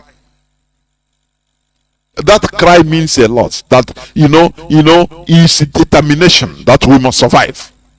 No matter their little landmass. Today, Singapore, they have a skyscraper. They have the little landmass, but they also have the space on the air. So they build skyscrapers. Do you understand? And now people go to Singapore. It's a developed country. Do you see? Now let me continue. They were expelled with practically nothing. But today, Singapore, with their very tiny landmass and a population of almost 6 million, rank 11th in the World Development Index. While Malaysia, with their landmass of almost 330,000 kilometers and a population of almost 34 million, ranked 68 out of in the World Development Index. If Malaysia and Singapore is still locked up in that same country today, they won't be talking about development. Rather, internal clashes will block their development, like in the case of Nigeria. Do you understand? That is the reality. Had it been they are still in one almighty mess as a country. Oh, Singapore now to have a big country. Oh no, well, they used to tell us, oh Biafra, you have little landmass. Where are you going? All of you going to stay? There is nothing they never threw at us. At first, our leader started. They say, call for Biafra. Oh, you are reviving war. You are calling for war. Or Nnamdi will say, no, you are calling Nnamdi Kanu. You are calling for war. You are calling for war. Well, today, they now understood, because of our consistency, that the agitation for the restoration of Biafra is not a call for war. Do you understand? before, that was what they said. They come again. Oh no, where will all Biafrans? Will you have a little land mass? Where will they go? How will you live? No, they mock us. But today they are sending their headsmen to come to our land. That little land, they call it dot. Is God not wonderful? I say Singapore is a country of 728.6 kilometers square, not up to 1,000 kilometers square. Do you know what it means? A population of 6 million. But today they are in one of the world's developed countries. They ranked 11th. Whereas Malaysia, they are doing well anyway, 60th out of 186. Do you see? Do you see how? Go to Singapore today, you will see many Malaysians living there. Go to Malaysia today, you will see many Singaporeans living there. So you see that all these things that they used to tell you is out to make you fear, to twist your mindset, your brain, in order to jettison, to stop what. Oh, hey, so if Biafra come, everybody. No. Come on. Britain, USA fought very bitter war of liberation from Britain. But today, many British are living in the United States, and many Americans are living in Britain. That's it. But they will not tell you this. They'll tell you, which means if Biafra comes, everybody must be obliged to live in Biafra land. It is life on the pit of hell. If you want, you can live. If Nigeria is still existing, or Arewa, you can go there and live, no problem. It becomes now you have to obey their law. If they say they catch you with alcoholic beverage, it is death penalty. No person. You know the law. Before you have to obey their law. You understand? You are now carrying another country's passport, but you live there. As you live in Cameroon, as many of Biafrans live even in Niger Republic. It's another country. Do you see it? So when they come with lies, Singapore saw this thing, and Malaysia, they say we cannot get together because everything we do becomes now racial problem. Oh, why are you doing it? We need our own. Why are you favoring Malaysians? What about Singapore? No, anything there. So you see there is friction everywhere. Friction everywhere. And they say no, it's we that started it. We decided to come together, but it doesn't work. So the Prime Minister of Malaysia say, please, for peace to reign, I hereby expel Singapore from the Federation. And there it is. Singapore, they went with nothing, and today they are one of the most developed countries of the world. Don't you see that? Don't you see that? Had it been they didn't do that, today they will be fighting each other. They will not be talking about development. That is what is happening in Nigeria. The basic problem is amalgamating people that have no common value in Nigeria in the same place. When you talk about development, others will say no. It's Onyamini. If we talk about development, it's Onyamini, it's Igbo man that will champion it. So we don't. Instead of Igbo man to champion development, let us remain in primitivity. That is what is happening in Nigeria. That is why they have to use 2-point-something billion naira just to make fence, to repair fence in one university, Ottoman Danfodio University. When they,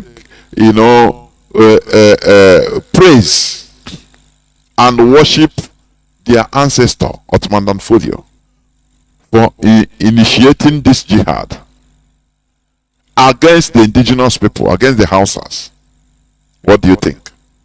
They will continue, and that is it. Therefore, the basic cause of Nigeria bad governance is the illegal amalgamation, which in turn undermines development. Look at the present presidential candidates. Most people don't care about the best candidate. Rather, they only care about a candidate from their region. Even if he's an incompetent criminal buffoon, like we see them. You see Cinedu. You see, he's a criminal, a drug dealer, but and lied on top of it. But you see people that call themselves intellectuals in the Nigeria setting because they are Yoruba, they support him. It doesn't matter. Let him be our thief. No problem. Let him be there. How can a country move forward in this way, please? How can you talk of development? That is the reason why we are underdeveloped. Because people don't even care. The government don't care about development. What matters is who will be there to loot. As long as it's your to continue the Sokoto Caliphate agenda. That is what matters. Okay. Countries' development is about developing their human brains, their human capacity. It is not about looking for what is on the ground to take it, to sell, and to make money. No. It is about developing the brain of the people. Because once the brains of the people are developed, the sky becomes the limit of that country. They can achieve anything. Today, America have yet launched another probe to the moon after half a century. That is human development. It's not about crude oil, no. They launched it. It's human being that built it. It's a brain that built it. They didn't get it from this is my president from my region. No, they didn't get it through that, through ethnicity, through tribalism. No, it is developing human brain, of which if you wait for Sokoto Caliphate to do it, in the next 1 million years they cannot. They will not be able to. They don't care about human development. They don't think about it. What matters for them is conquest, subjugation. Now they will pay anything they get from the subjugated land. Now they will use it to buy white people, pay white people to think for them. That is what the Sokoto Caliphate believes. You understand? Okay. As I said, countries' development is about developing their human brains, their human capacity. But when we are inundated with anti-development amajiris who are only used for elections and religious violence, some of who grew up to become holders of countries' highest political positions and director generals of the federal government parastatals, with no knowledge of the modern system of governance, how do you think that we could achieve development in this situation? According to the news, they say in Kwara, there is filled up with Almajiri, underage Almajiris that are beggars, 2 years old, 1.5 years, 2 years old, underaged that are begging in Kwara today. That is the only thing that matters to them. They don't care about developing the brain. No matter what they are stealing, they are looting everywhere. No matter. They don't care. What matters to them is for them to be in charge. They understand me? For them to be in charge. That is what matters to them. For them to be in charge. Development is another story. They don't care. As long as they are in charge, everybody is going down. It doesn't let me continue, please. When the Fulani Caliphate controls everything and everybody with the intention of subjugation and conquest, thinking that we are still in the world of 1804, how do you think that we could develop as a country? When instead of modernizing their animal husbandry, they are hell-bent on using the same medieval and primitive outdated system of nomadic cattle rearing, which is hostile to the cattle header himself, the cattle itself, the environment, and the population. But they continue using it because it fits their agenda of conquest and subjugation. How do you think that we can progress, we can develop with living with this type of primitive minded set of people. How? How? You know, our leader has given them expo. If the caliphate, if they are really interested in developing, even their cattle herding, they could become one of the world's highest exporters of hides and skin, cattle, dairy products, including meat and milk, like Holland. But they are not interested in that. You know, they can in even Kaduna or Kanu or Niger State, they can make it a ranch, and all millions of cattle will be there, like you have in prairies of Argentina. They will be there. They will have factories manufacturing milk, dairy products, milk, converting it into cheese, yogurts, everything, and meat, exporting all over the world. But no, that doesn't fit their narrative. No, it doesn't fit their agenda, because they are bent on conquering everywhere. So they sent their terrorist headsmen, arm them, say go into bush, suffer, no problem. Die of such a fly bite, die of mosquito bite, no problem. The cattle also, they become meager, tired of, because of walking from Zamfara down to Bayelsa. How do you think that they will be lean? Now, but that fits their narrative, their agenda. So they don't care about development. Do you see the type of demons we are in the same country with? Do you see the type of demons we are in the same country with? This is what Singapore suffered until just after 2 years they move out from Malaysia, and today they are doing great. They are developed, notwithstanding their little land mass, small land mass. It is not a criteria for underdevelop or not developing. No. It is not a criteria. So when you stay with people like the Almajiris, now they say in Kwara State they are inundated with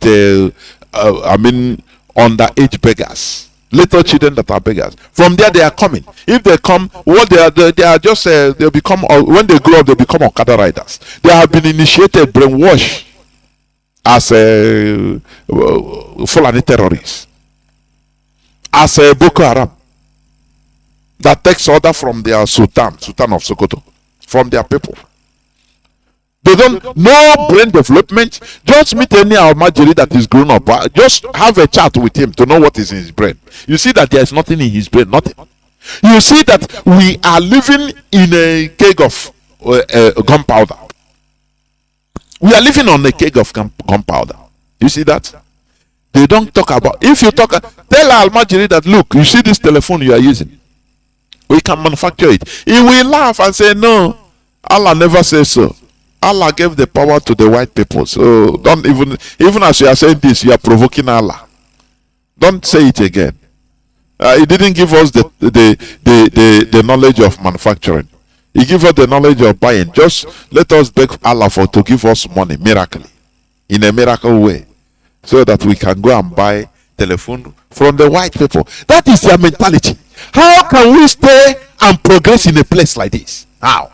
I ask, how? There is no chance at all.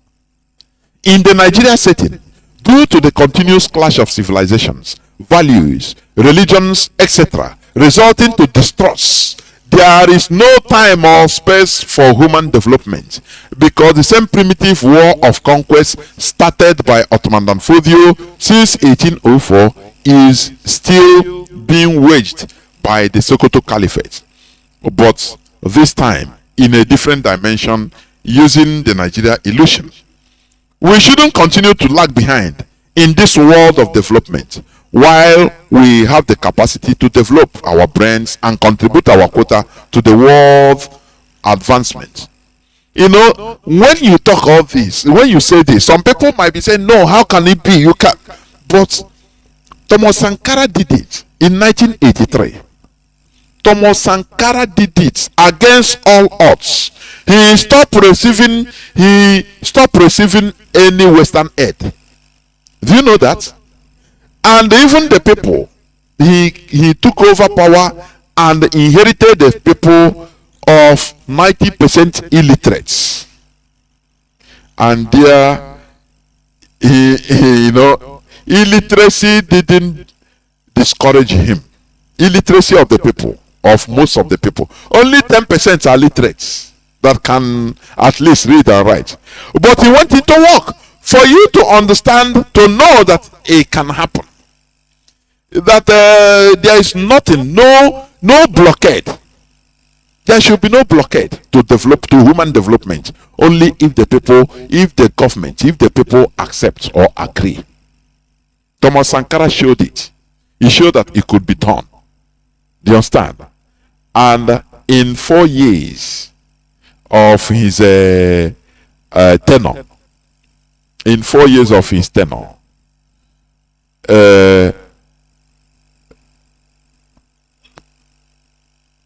4 years of his tenure,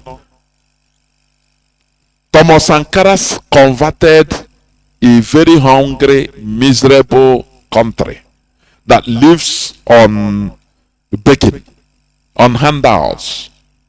He converted it into a producing a country that produce food baskets, that even export food.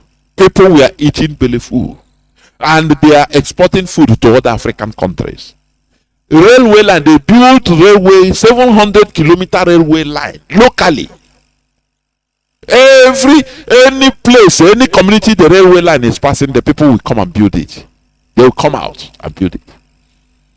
Don't we learn? Shouldn't we learn? But in Nigeria, it can never happen in Nigeria. Why? Because of different values. So do not kill yourself that, in Nigeria, look at simple electricity in this modern age. There is no other place that there is no electricity, only in Nigeria. Nigeria, power failure.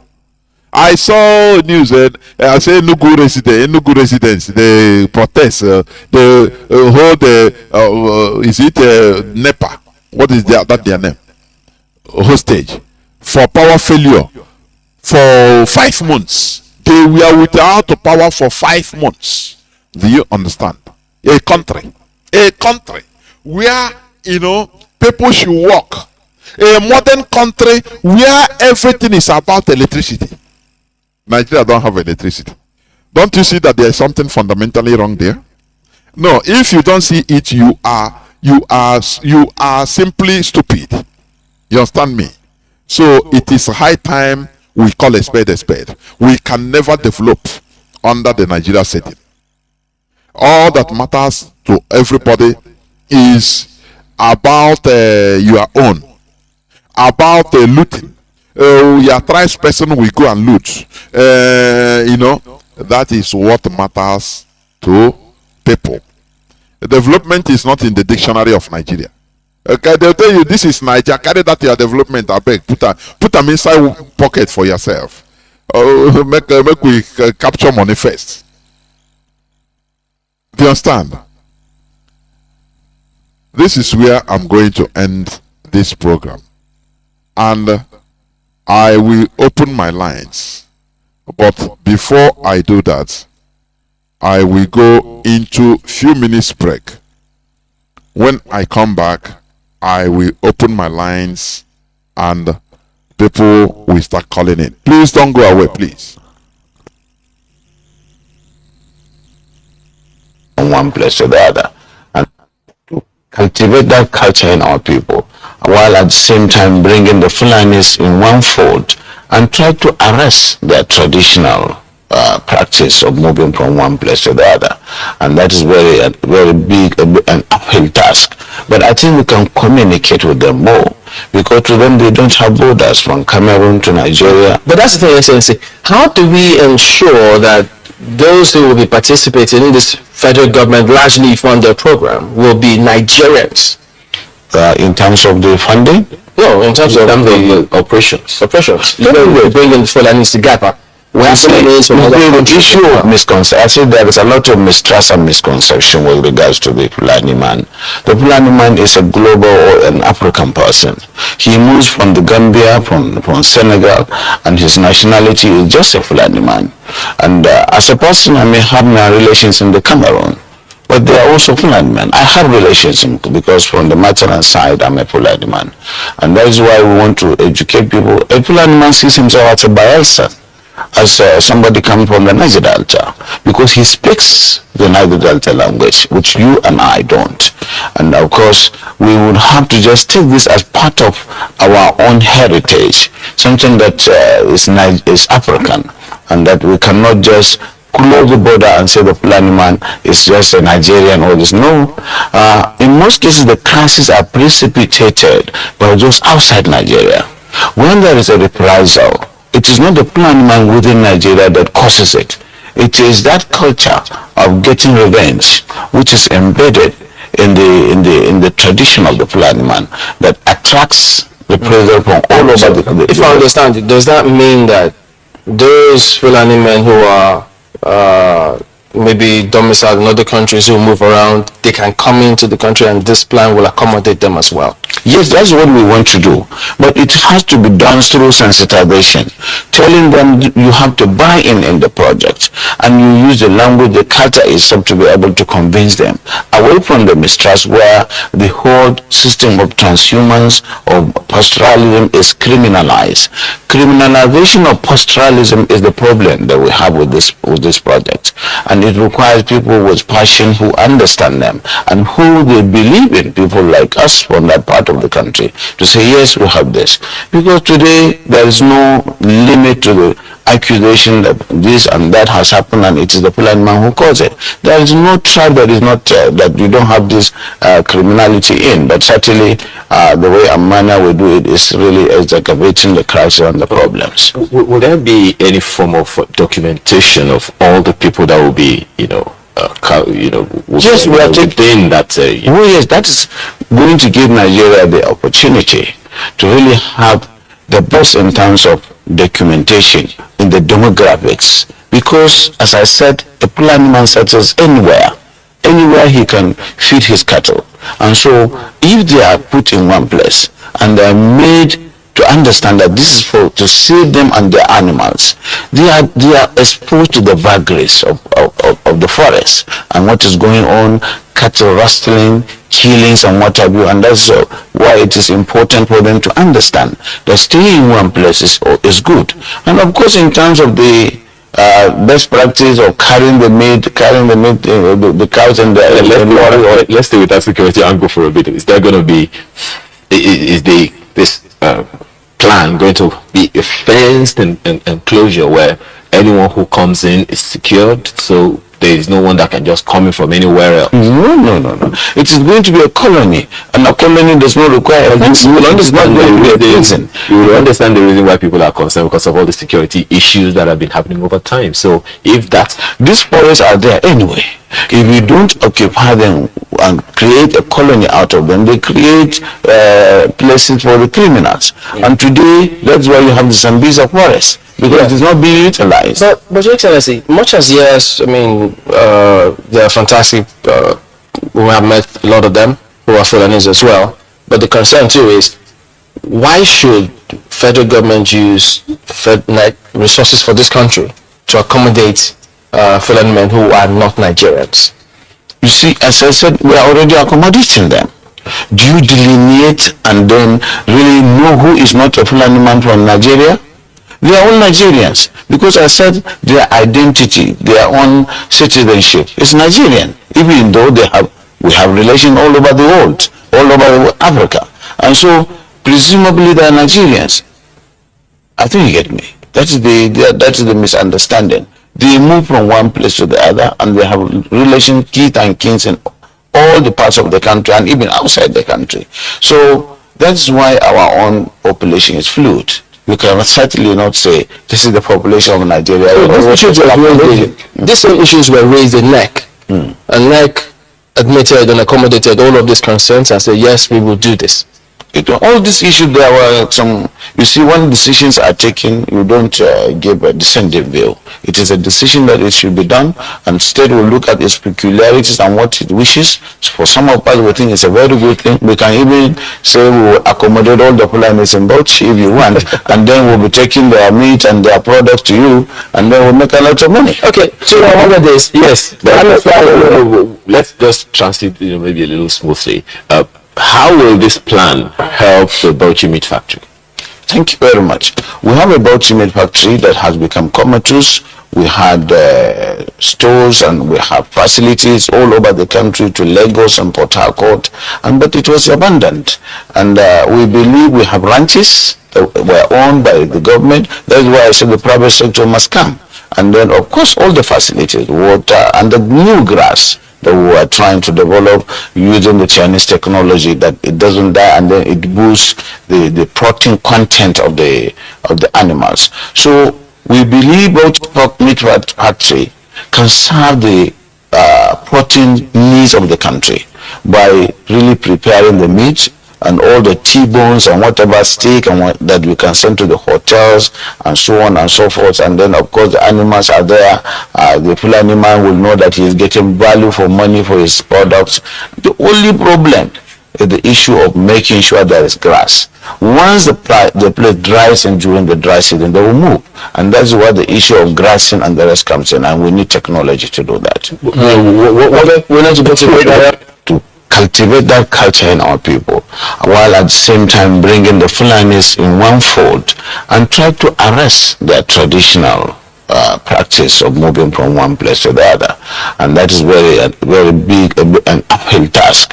But I think we can communicate with them more, because to them they don't have borders from Cameroon to Nigeria. But that's the thing, Excellency. How do we ensure that those who will be participating in this federal government largely funded program will be Nigerians? In terms of the funding? No, in terms of the operations. You bring in Fulanis to Gapa.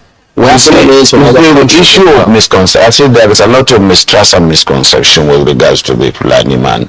The Fulani man is a global or an African person. He moves from the Gambia, from Senegal, and his nationality is just a Fulani man. And as a person, I may have my relations in the Cameroon, but they are also Fulani men. I have relations because from the maternal side, I'm a Fulani man. And that is why we want to educate people. A Fulani man sees himself as a Bayelsan, as somebody coming from the Niger Delta, because he speaks the Niger Delta language, which you and I don't. And of course, we would have to just take this as part of our own heritage, something that is African, and that we cannot just close the border and say the Fulani man is just a Nigerian or this. No. In most cases, the crises are precipitated by those outside Nigeria. When there is a reprisal, it is not the Fulani man within Nigeria that causes it. It is that culture of getting revenge, which is embedded in the tradition of the Fulani man, that attracts the pressure from all over the If I understand it, does that mean that those Fulani men who are maybe domiciled in other countries who move around, they can come into the country and this plan will accommodate them as well? Yes, that's what we want to do. But it has to be done through sensitization, telling them you have to buy in the project, and you use the language, the culture itself, to be able to convince them, away from the mistrust where the whole system of transhumance or pastoralism is criminalized. Criminalization of pastoralism is the problem that we have with this project, and it requires people with passion who understand them and who they believe in, people like us from that part of the country, to say yes, we have this. Because today there is no limit to the accusation that this and that has happened and it is the Fulani man who caused it. There is no tribe that is not that you don't have this criminality in, but certainly the way and manner we do it is really excavating the crisis and the problems. Will there be any form of documentation of all the people that will be, yes, we are taking that. Yes, that is going to give Nigeria the opportunity to really have the best in terms of documentation in the demographics, because as I said, the Fulani man settles anywhere anywhere he can feed his cattle. And so if they are put in one place and they are made to understand that this is for to save them and their animals, they are exposed to the vagaries of the forest.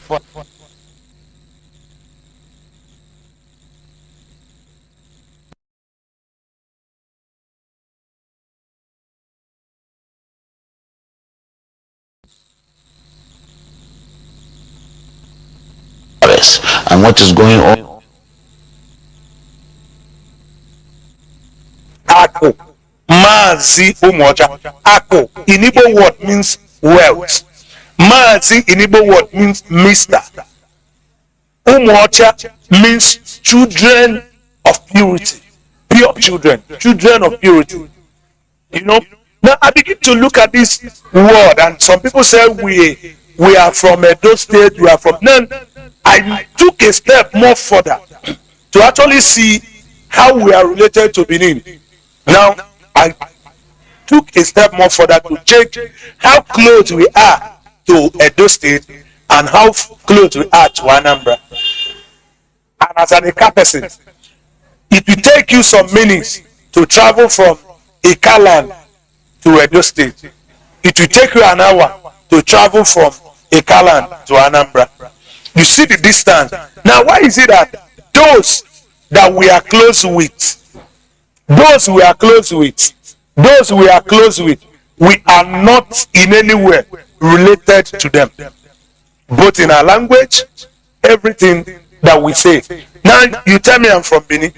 Nobody from my village bears Oha, bear Hausa, bear some of these name of Baseki and all that. Then I'm not from Anambra, I'm not from Igbo land, but my name is Ifeanyi Chukwuka, my name is Uche Chukwu, my name is Ifoma. I begin to ask more questions. How possible it is. All right, beautiful people, it's your boy again, the Excellency and Wapi, the extra talented young progressive entrepreneur, the RAB refinable boy, SBGC Street Boy Gun Classy, and I'm rapping Namen TV, bringing you vibes from the streets. Today I'm bringing you something, an extraordinary kind of package for your learning purpose.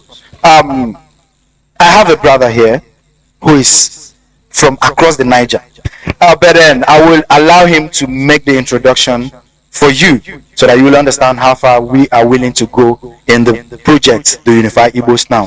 Thank you, brother. Please introduce yourself. Yeah, good evening, listeners and viewers, that's depending where you are joining on from. My name is Oyenwemadu Kainebi Kingsley. As you all know, I am known as Eva on Facebook. I'm from Ekaland, and Ekaland is in Igbo land. Eka is located in Delta State of Nigeria. Eka is a very significant people in the Igbo race. And I have to make this interview work, and thank God to your invitation, actually, which we have to make it, and you make out time. You made out time for us from your busy schedules. You made out this time. Please, first of all, tell us the Ika people.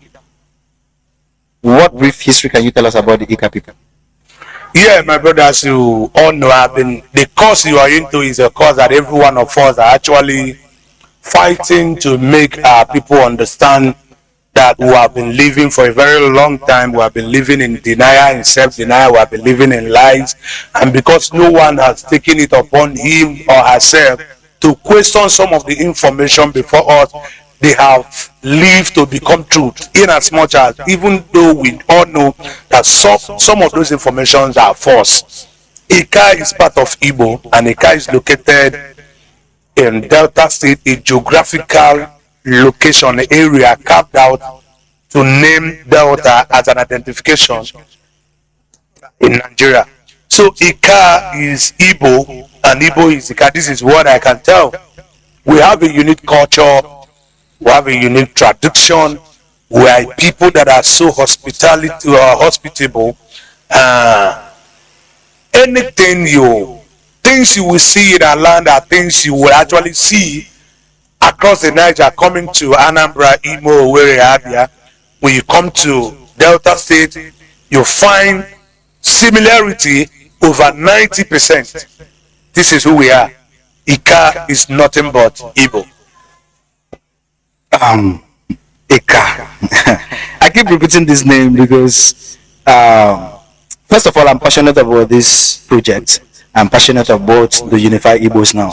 And I have started locating and identifying the same people who has the same passion with me.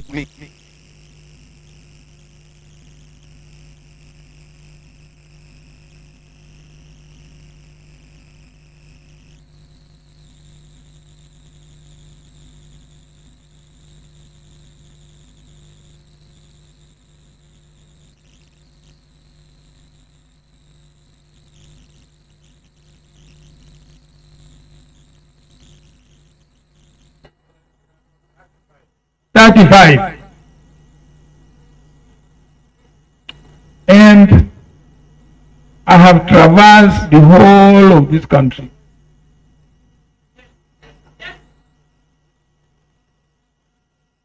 I know the whole of this country. I have built bridges across this country. I think what the average northerner needs is somebody who is from the north and who also understands the other parts of Nigeria and who has been able to build bridges across the rest of the country. This is what the northerner needs.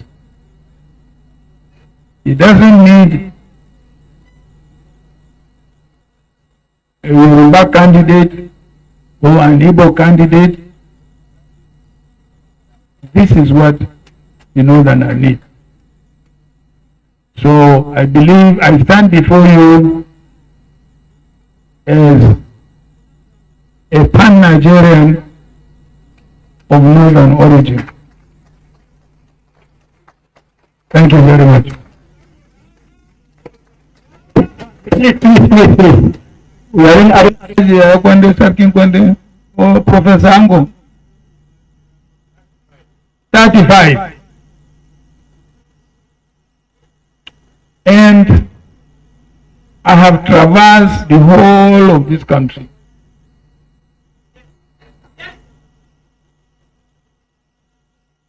I know the whole of this country.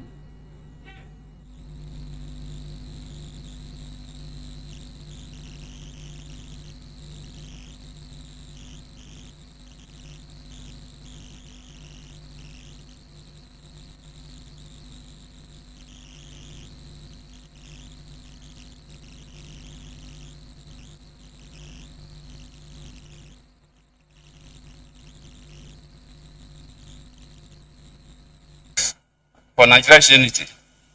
These are things that agitate my mind. I started thinking about how we've been having this conversation about the unity of Nigeria. And I reflect back at some of the prominent statements made by some of our founding leaders. And I feel that probably this will help us to have a conversation on the Nigerian unity. I just brought four, not to bore you. First, and I quote, not my statement, Nigeria is not a nation. It's a mere geographical expression. There are no Nigerians in the same sense as there are English, Welsh, or French. The word Nigerian is merely a distinctive appellation to distinguish those who live within the boundaries of Nigeria from those who do not. This is accredited to Chief Obafemi Awolowo, the former Prime Minister of the Western region.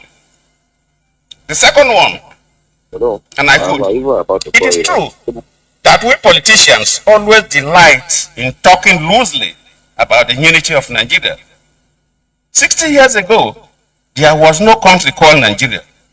What is now Nigeria consisted of several large and small communities, all of which were different in their outlooks and beliefs. The advent of the British and that of Western education has not materially altered the situation. and the many and varied communities have not knit themselves into a composite unit.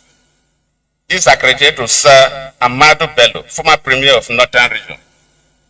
They thought, and I quote, since 1914, the British government has been trying to make Nigeria into one country. But the Nigerian people themselves are historically different in their backgrounds, in their religious beliefs and customs, and do not show themselves any sign of willingness to unite. The Nigerian unity is only a British intention for the country. This is was said by Sir Abubakar Tafawa Balewa, the former Prime Minister. The fourth and the last, let me not bore you.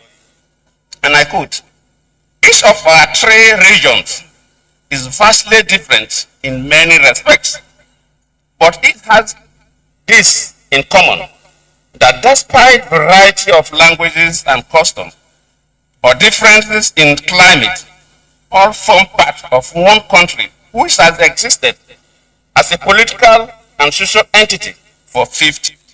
And I look at the topic, Igbo quest for Nigeria's unity. These are things that agitate my mind. I started thinking about how we've been having this conversation. Welcome back. This is Radio Biafra Hausa service coming to you through the auspices of Radio Biafra London. My name remains Mazi Cinedu from Alu province of Biafra land. And do not forget that today is the 17th day of November 2022, being Obotueke. Therefore, our lines are now open. Our direct line is +1 213. Let me on the phones, please. +1 213 328 6224. I repeat, +1 213 328 6224. Our WhatsApp and Signal line is +61 405 142 547. I repeat, +61 405 142 547. You can call us and give us your view, but remember the topic of my submission is today is basic causes of societal underdevelopment. Please, Mazi, please call me on my normal signal, please, not this signal you are using. Please call me on the normal studio signal, +61 405 142 547. We must continue. I have callers that are already there. Caller on direct line. Please, caller on WhatsApp and Signal. Hold on. Caller on direct line. Can you hear me? Welcome to the program. Caller on direct line. Can you hear me? Caller on direct line. No. The call is gone. The call from the zoo, they filter it, I don't know. Now, caller on Signal. Welcome to the program. Can you hear me? Caller on Signal. Are you there? Yes, I'm here, Dede Jonathan. Can you hear me, sir? Yeah, well, welcome to the program. Dede Jonathan Jishike. Biafrans Kikade Amadraini, Lai Woman Chinek. And we have had the clip that Goodluck Jonathan, the former president of Nigeria, what he said. Jonathan, it's not a threat before the whole world. Nnamdi Kanu is the end of the whole world. Our leader, Nnamdi Kanu, is unconditional, decided that Peter. You have seen it. Nigeria is a British property. We are suffering here. Jonathan, okay, see, but which kind of that we have? And our leaders are watching us being butchered like animals at the Excellency. Because I think that we enter and our leader, Nnamdi Kanu, and they killed Jonathan. Biafrans, legendary Nnamdi Kanu want this governor. So you can say position in the picture. Then the thing is them. Chukwu Kanu seems saying, Acts chapter 2, the coming of the Holy Spirit, the Pentecost day. And the Philippians chapter 3, the true righteousness. And the spirit of Chukwu Kanu is upon us. We are IPOP. On that day, Christians should make a show our father and bishop. That guy check. Waiting for a pastor will identify that language that I yeah. And that pastor to define it. I had to push it to try. I can't put it there. Whenever I did that, she's the good science to look at. Every night, the day I can. That the day that I did it. So fighting will never take our life. Let America take their place. Let Japan, let Britain take their life. If they give a son of violence, then they will put this one down. Everybody perish. It is not a threat, it is a promise. My name is Okechukwu Kanu. I'm from Omo Awole province. I tell them that I come from Aba province. They tell them that I came from our dead. They tell them that I know from Olo. Any politician, okay, talking to Omo, don't vote.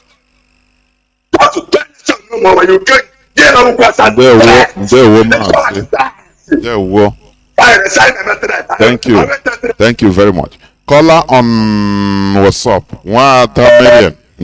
Can you hear me? Welcome to the program. Yes, Mazi. Good afternoon, Mazi Jonathan. As always, brilliant job. You always spoke my mind. I would say my greetings to DOS. HODS, Mazi Nnamdi Kanu, will continue to pray for him, continue to believe God that he will soon come out and join us. Mazi, I'm coming in to speak. My name is Marian Highland. I'm calling from the United States. Mazi, the reason why I'm coming to have this thing to are the two clips you played. One is that of the Fulani man. You have played this clip a couple of times. But today, I began to pay a little bit more attention. Mazi, just like we have always continued to say, you in particular, these people are so savvy when it comes to playing politics. This man now, all he was talking about, all he was advocating for, is for the tribe of Fulani. Okay? He didn't invoke the word the Northerners. Because it was convenient for him at that time to use the word the Fulani man. The Fulani man is a global person. Okay, but when it's convenient, they will call the whole of the North. We must learn how to do this, man. Why am I saying? Because what I'm about to say now, anytime you try to say, so people get offensive and say you're trying to divide us. No. So what I'm trying to say is, this man continue to advocate tribe of Fulani. He said our culture, our value. We are global people because we move from places to places. And even when the interviewer tried to talk to him about ranching, he said no. The forests are empty. Nature does not like vacuum. So our people must settle in there to take care of the forest. That's how they began to occupy. And there was another strong word he used there. He said, this is our project. We must bring them to understand and make others to understand the project we are doing. We want them to buy into it. So let me make my argument. I asked myself as we are playing that, what are the values of an Igbo man? Can we identify that as of today? That's the problem. It's Nigeria, no value, no Igbo, no, it's Nigeria. I'm telling you, man. If you go to Igbo meeting, any Igbo meeting, we have been, all of us have been there. You raise something of our collective interest. They will say, no, we don't want politics here. I beg, we don't want politics. They just say, I may hear wine, may he finish. That is the piteous situation we are being relegated into. Go on, Wada, go on. And this is a sitting leader. This is somebody that is holding an office in Nigeria. He wasn't afraid. He continued to make his argument. The Fulani people, their values we must preserve. Their values is what we're trying to. What is the value of an Igbo man? What is the value of us as a race? Then we will not talk. If I want to go a little bit bigger, what is the value of anybody that says I'm a Biafran? What are our values? But even if you come there, some of our brothers and sisters maintain their own value. The John person maintains his own value. Okay, like this, the Igbo person in particular, the Caribous and the ethnic people, they have their own value. They have maintained. Just even around our statements, collectively we are Biafrans. Igbo man is the only one that has hold his own value. All he's trying to do is to be who they are not. And when you raise the argument, they begin to fight you. What can we say is our value? This particular man that was speaking, Mazi, I believe he's a Muslim. But the Muslim he embraced, because the Fulanis embraced Muslim religion. It wasn't their religion. Did not stop him from upholding the value of as a Fulani man. It didn't stop him. This is where we are missing it. Now let me go to the second clip you played. The young man that is going from places to places, asking people, what is your name? And then when they said, and then the people start, some of them will start saying, I'm not Igbo. Pay attention to that, man. The people that are saying, even though their names are Igbo names, and yet they will tell you, I'm not an Igbo person. Ask them, what is your value? What is your culture? Because in this case, they have denied their identity, your name, your persona, which is your value and your this thing that identifies who you are. They have denied it. And then I don't even know where they are claiming. Okay, to say I'm from Delta. Delta, there's nothing like Delta culture. Nothing. Because your values are according to your niches, your tribe. That's how you generate your value. Delta is not a tribe. Delta is a state. Because when we talk about this that I'm talking about, Mazi, every Fulani man, whether he is find himself in Sokoto, in Kaduna, in Jos, will first identify himself. I am a Fulani man, but I was born in Kaduna or I live in Kaduna. Why can't we be doing that? This is what I wanted to highlight and bring up, Mazi. Thank you so much. God bless. Yeah, one more time, always on point. As she just said, they maintain their value as Fulani, their core value. They don't lose it in their Islam. No. But we lose everything. We take our value and throw it out, start demonizing it. It's evil. Start trying to be who we are not. Christians. I say people that are crying on never start crying. No, we are in second gear first. We will enter another gear. Don't worry. Never start crying. High by force, by fire, by force, whether we like it or not. It's how Mazi Nnamdi Kanu started. When he started, the people are saying, no, don't talk like this. Oh, Biafra, hey, this Biafra. Oh, we are calling for war. Oh, you will upset some people. Hey, oh, please, don't talk like this. Cool down. But he continued. Today, are we not following him? That is how we disorganize. You see that thing they brought into our land. That thing that said that we should be believers before God and man. We don't clamor for violence. So what we do is mental disorganization. We disorganize it in the mentality of our people. That is a call. We must do it so that people start reasoning. That thing they program us to be, we must reprogram ourselves to our values. That is what we do here. Is one of the main basic ingredients of this restoration. Just study the restoration of Israel. Do you think 1948 they just go there? They worked hard, both in their language, both in their cultures. They worked hard. People take it as responsibility in order to work. Eliezer Ben Yehuda, go and Google it. When he started reorganizing their language, restoring their language first. And when you talk, some people say, no, let us focus on Biafra. I will not be party to restoring a quagmire like another useless African country. Instead, we abandon everything. With Fulani. I'm telling you. Instead of us not to change our mentality, they cause us to be believers, turning against our own value. That is the worst part of it. And we want to we are causing religious war. Anyway, the more people talk, the more even it energize me to talk more. We must continue.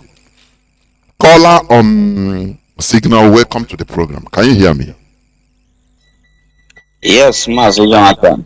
There were. Good evening from my side. Okay, sir. I remember Mazi Cinedu over from the coastal region of Biafra. Professor Jonathan. I do my leader Mazi and the Kanu prisoner of conscience. And I greet every member of your Biafra uniform. Professor Jonathan, let me say that human development is a product of natural, organic principle of life that has to do with the value system of the people. And in a contraction like Nigeria, which is a business colonial administration, it is not designed to work because there is no enabling law that will empower people to develop in their own region, in their own way of doing things. So what you have as a law is a doctor military decree that the Fulani the British, to the detriment of every other Nigerian indigenous population. So that is the thing, and you know that Fulani is not indigenous to Nigeria, but perhaps because the British saw them as people who have similar value system with them, and now I'm talking in terms of conquest, then they now have to empower the Fulanis over others as people whom they can go what they want, or would enable them to get what they want from the contraption. So that is it, Professor Jonas. And to me, sometimes in my introspective review of this contraption, I would think that the notion that oil was discovered in Nigeria, I think 1951 or 1962, I think it is an elementary knowledge. To me, I feel that oil was discovered far behind then. Of course. And you see why this thing is happening. I feel that the case of bunkering has been there time immemorial, as far back as oil was discovered. And the British knew very well that these are the people who would help them to advance their thievery while trying to destroy the value system of the indigenous Nigerian population. Because if people are allowed, like when we were regional government, you saw that the Eastern region was doing exceptionally well, because it was easy for us to develop in our own pace, because we understand ourselves and we know how we do our things on our own. The people in Western Nigeria was also doing very well. So these are things that have to do with the organic principles of life. And in this so-called federalism, which sovereignty lies in the hand of the people, but you can see that it is even characterized with monarchianism here in Nigeria. Of course, in a presidential system, monarchy doesn't have place in it. It is unlike parliamentary system. You understand? But you can see that everything here in the Nigeria is just everything is just jaga jaga yaga yaga. It has no direction. So that is why it becomes very difficult for people to develop on their own pace because the institutionality of the state becomes a conquest tool that retard the development of the indigenous nations entrapped in this contraption. So that is what I think, Professor Jonas, and that's my contribution. We must continue. We shall keep doing what we are doing, Of and course, we believe that of course, the process Biafra must come. of course. One must say Biafra. Oh, hey, Biafra, of course. There were, you know, there are these people every time. No, focus on Biafra restoration. Focus on Biafra restoration. I don't know what is focus on Biafra. What we are doing here every day is talking. Is talking, changing, bringing facts and figures in order to make sure that people reason very well, make the right choice. Do you understand? Is the main part of the Biafra restoration. That is the most important part. Changing the way we reason, so that we reason normally, subjecting everything to the altar of reason. That is how Europe became who they are today. Putting everything on the altar of reason, no sentiment. Once you want to reason, you remove sentiment apart. That's it. But when you want to reason, your sentiment is taking hold of you. Know that you cannot make good judgments. That's the reality. Caller on WhatsApp, can you hear me? Welcome to the program. Thank you for holding on. Yeah. There we go. Thank you for picking my call today because I've been trying several times. Sometimes I know the line is always busy. My contribution today is about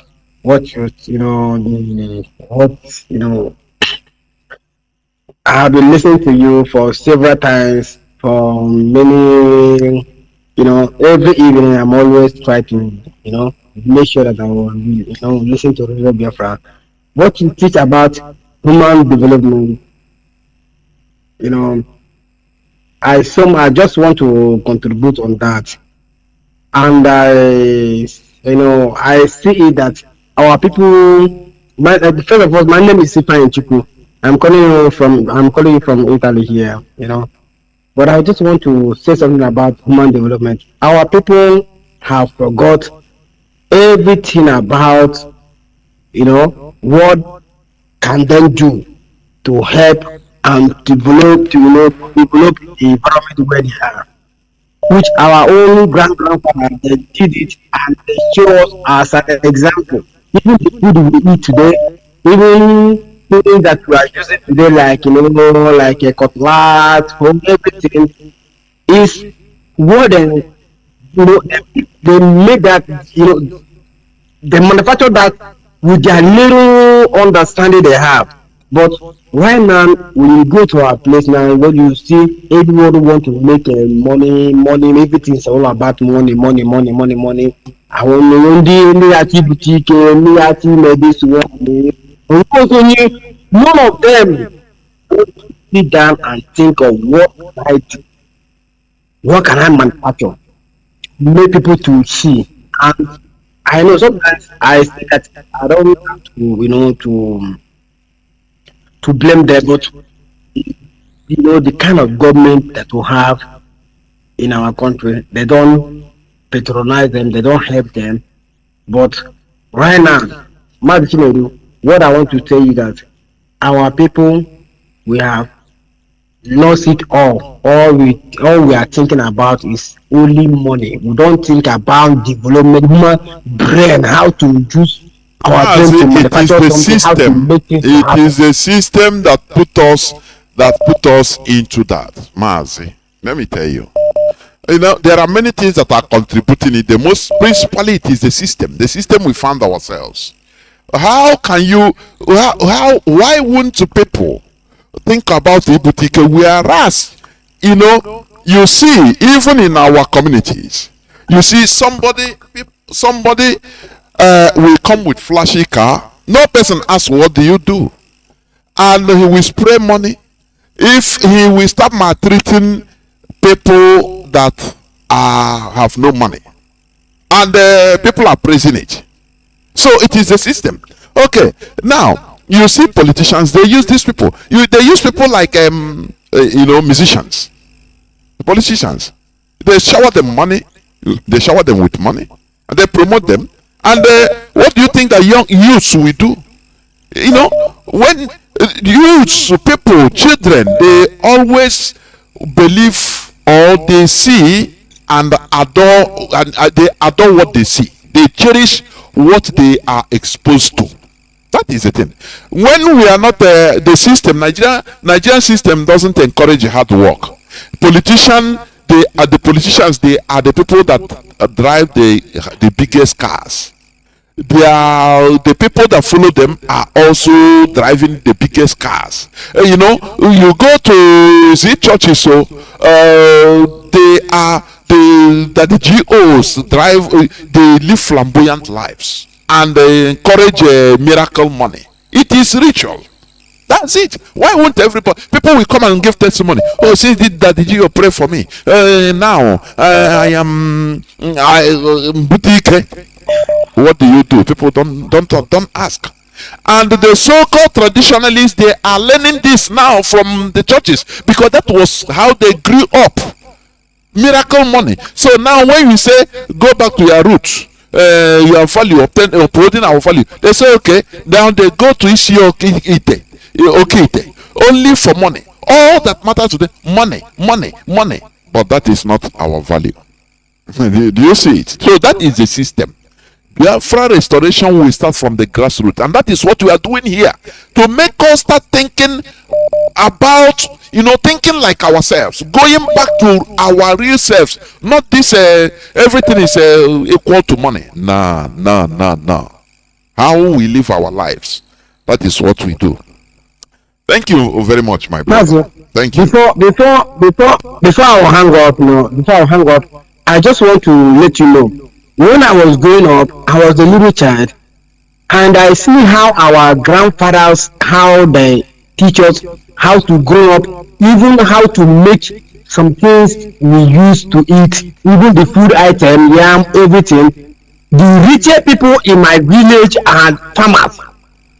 But right now, none of our people want to farm. All of them want to have money. They thought that maybe money will fall off from heaven. That is why many of them will be running to Lagos, Onitsha, everywhere. I'm from Abakaliki province, but right then I see my people. The richer people are the farmers, people who cultivating, know how to make things happen, and they teach us the roots. But none of our people want to farm. Everybody wants money to fall from heaven. That is the kind of life that I'm seeing. That yes, sometimes things that happen to us, we are the cause of it. And another thing is, I want our people, everybody to know, even as I'm here in Europe here, money is not falling from heaven. When you come to Europe here, the richer people from the whole Europe is they are the farmers. They are the ones that are very rich, more than even people that are working, you know, as a laborer. Mazi, yes, I understand what you're saying. You're right. But also, do not forget about the system. They are the richest people because the government promotes them also. Government makes policies that favors farmers. Government gives them different types of benefits in order to encourage people to enter into farming. You understand? In our land, you farm and they send the Fulani headsmen to go and destroy your farm. What are you going to do? That is, I'm not giving an excuse anyway, but what I'm saying is this: the system. What a system can do. The same thing an armed robber, a very big armed robber in Nigeria, will travel to Italy today and become a good person working. It's because of the system. It's no miracle. When you go, you see that everywhere is wired with camera. That even you can, that armed robbery is better. You go and start doing good job. Nice work, look for work, and you'll be making money. No person will tell him, because you know, if you do robbery, they will catch you and you will die in jail. That's it, and they will deport you back. So you cool down and do what you are supposed to do. So that is the system. That is what I'm trying to say. I understand your point. That is Mazi, good. Thank you very much. Mazi, Please round up. Thank you so much for not wasting much time. You know, I know that there's a lot of people that's calling, but I'm advising not to give up. Let them put on, let them not depending on only ego or whatever.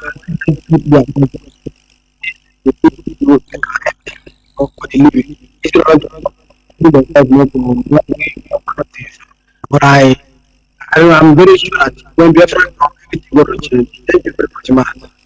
You will come and I will say. There. Thank you. We must continue.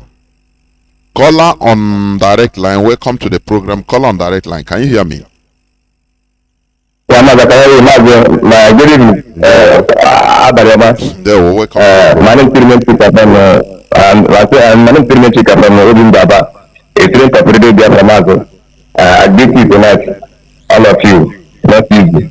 Mazi, my brother just said, I want just to give a little something for what you said. Mazi, it is the system, because this country are their government are supporting them, promoting them, so that the people will continue in that agriculture. In our land, the government that has forced terrorist happening to go and destroy our farm. We have seen what they are doing in the north. So they are destroying our farm in our land. What do you expect, my brother? The system. Do you remember who that called Ezekiel himself? Is not the first person. Ezekiel himself is a man, the first man to go to by in Africa, Black African race. Today, where is that him? Who hinder him down? Who destroyed the man intellect until he died? Is it not going to drag them? But we do not blame our people. It is the system we find ourselves, because we are naturally talented engineer and the scientists now. That's what I want to say.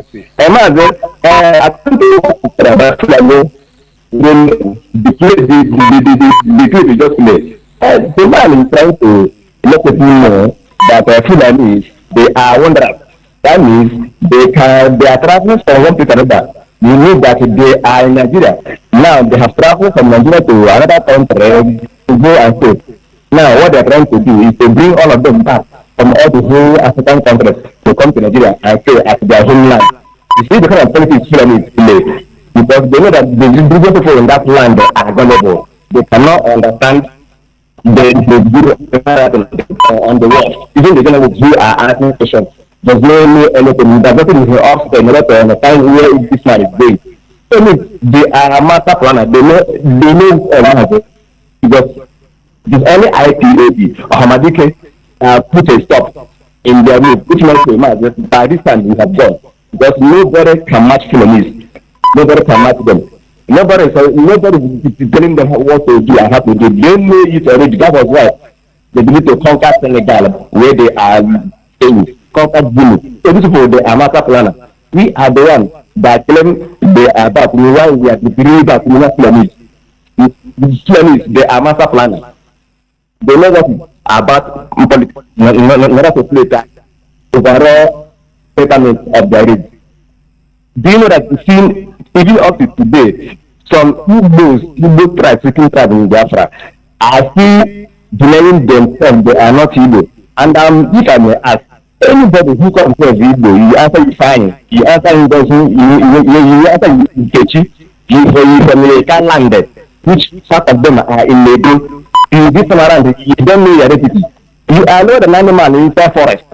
I don't say who you are. No matter your age, no matter who you are not an animal, just like a good person who doesn't know who you came from. By your name and the language you speak and the name of your community, it's supposed to know who you are. Because we are not the only people that British should conquer. We are not the only people that fight a war. That we want us our people to start denying who they are. If you're not human being, who your name is shining. Because you don't know where you came from. You are not an animal. That is why our people, this time around, they are still moving sheepishly because of inferiority complex. You see a Benati man who speaks Igbo language, his wife speaks Igbo language. Immediately he give back to child. You see a year. Do you know what you use to send that boy or get a naira? You say he doesn't go and bring water. He says to say he doesn't. That way you tell me. That is to tell me. You say he doesn't go and bring water. But what I trying to teach the children is it not for them to know that he is evil. Your language is there were Mazi, there were. Thank you. We must continue because I will close in no distant time. Caller on WhatsApp, welcome to the program. Can you hear me? Please, we should be. Can hear you, Laga. There we go. Go on, please. Yeah. Am I coming out? You are, please. The whole world is hearing you. Go on. Okay. As we go to my brother, as I still remember your brother, started the season. Of started the food is indigenous of the map and now to keep that for life. We are standing resolute. No going back. Mazi Nnamdi Kanu says that we have reached the road of Rubicon, the point of no return. Now, if you imagine that I was talking to some people even today, some of our people have said that our own brothers, they are telling me to somebody tell me the side should as to know that for what? Say, when can we? How are we going to free ourselves from this fear of unknown? Your own brother is coming around. He said I should close my eyes. Do not talk about my identity, who I am. When are we going to hide to reach? It's true that the enemy have surrounded us. But when are we going to hide to reach? It's a hard time that we show ourselves. Mazi Nnamdi Kanu said that if you cannot show your identity, to give no clue of your identity, who you are nobody. You should get out of from his fan. Now we are standing resolute, no going back. Whatsoever thing that will happen, let it happen. The land of Biafra is solidly behind us.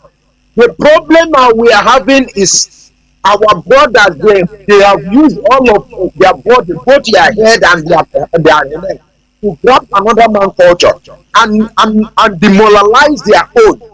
If you dare not bring anything that concerns our origin to them, it will become a crime. You will teach and teach and teach. You will ask questions and keep on clarifying them. They will not understand. That's all I know. We will keep on going. So long as it takes the British people so long time to demoralize us, to destroy our identity, no matter how long it takes us, we must go there. We must keep on teaching them. Mazi, we are doing a wonderful job. All of you in the media. The people keep on strengthening you and keeping you. And using your knowledge and understanding. So we are in the Biafra land. I pray that you will keep on blessing us and keeping us away from the evil ones. We are standing resolute. Mazi, keep on doing the good work. We are not ready. Almost Biafra. Oh, hell, Biafra. Thank you. We must continue. I'm winding down, please. In the next 10 minutes, I should be off air. Caller on direct line. Thank you for holding on. Can you hear me? Caller on direct line.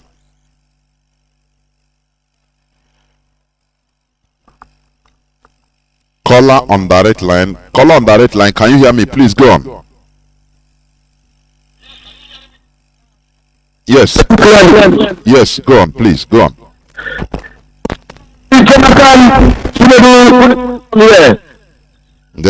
My name is Judo Kafo. Judo boy from Agbo. Agbo is in Anioma. And Anioma is in Biafra land. And all the way from Iguakri, which is present day Ibanke in a district. We are Igbo people by culture, by identity, and by blood knowledge.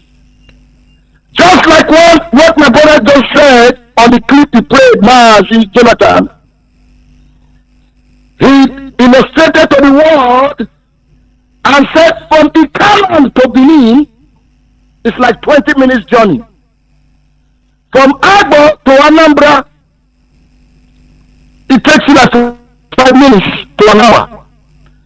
But he said that he wonder why people they claim that they are from Benin,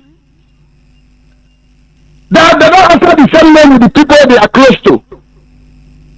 They are answering Cinedu, Okafo, Judo Okafo, Chukuma, Ogochuku. And there is nobody from Benin, from Agbo Ikalan that is answering Osayuki or Osamudame. Do you know one thing I find out?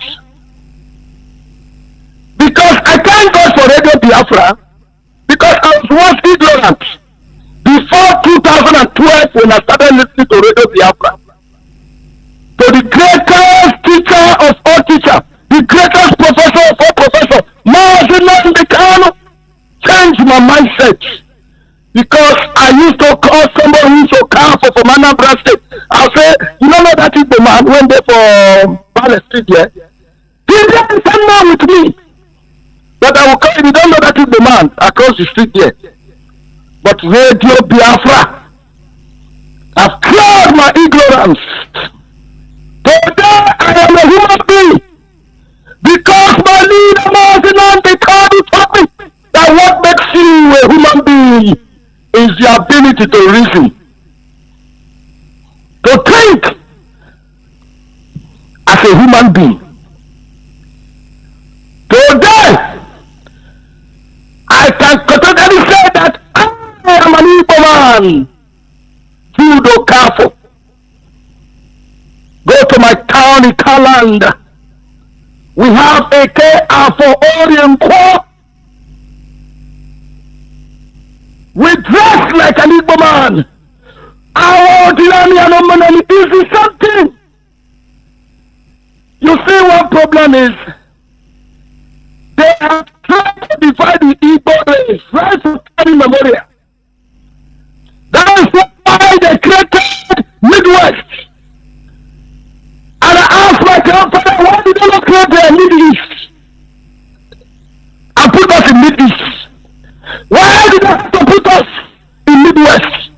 Everything is west, so that they can divide and chop out the Igbo race so that they can be able to rule us and ride us like a donkey.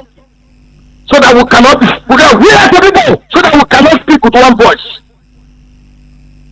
Of recent, when I go to Koko, if you doubt me, Biafrans, go to Koko. Go to Ika, the origin of Ika and Ika land. You will see that the king of Benin is the one that is writing history of the people. A Benin king, is writing more history for me to look at. They have killed everything about history from Gogo. How can the foreigner begin to tell you who you are? How can the foreigner begin to hate your history? And you are just shaking your head and believing what the person is writing. We are not from Benin. We are from Ikonobi. We are Igbo people. And that is why our ancestors, they always say Ndembo and Ndembo, Ndibo. We are not from Benin. Mazi, we are not related. Please round up. We are Igbo. Anyama is Igbo. Ika is Igbo.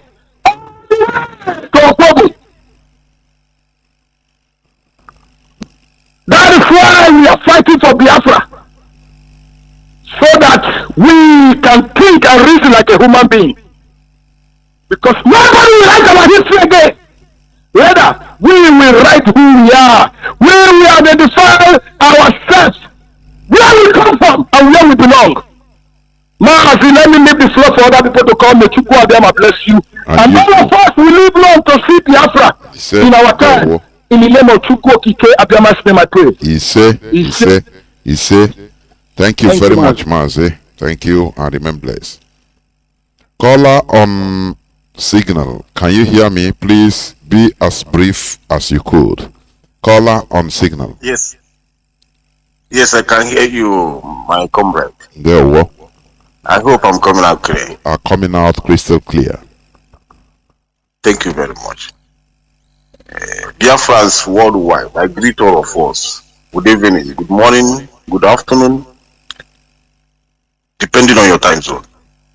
I remain your servant, Biafran servant.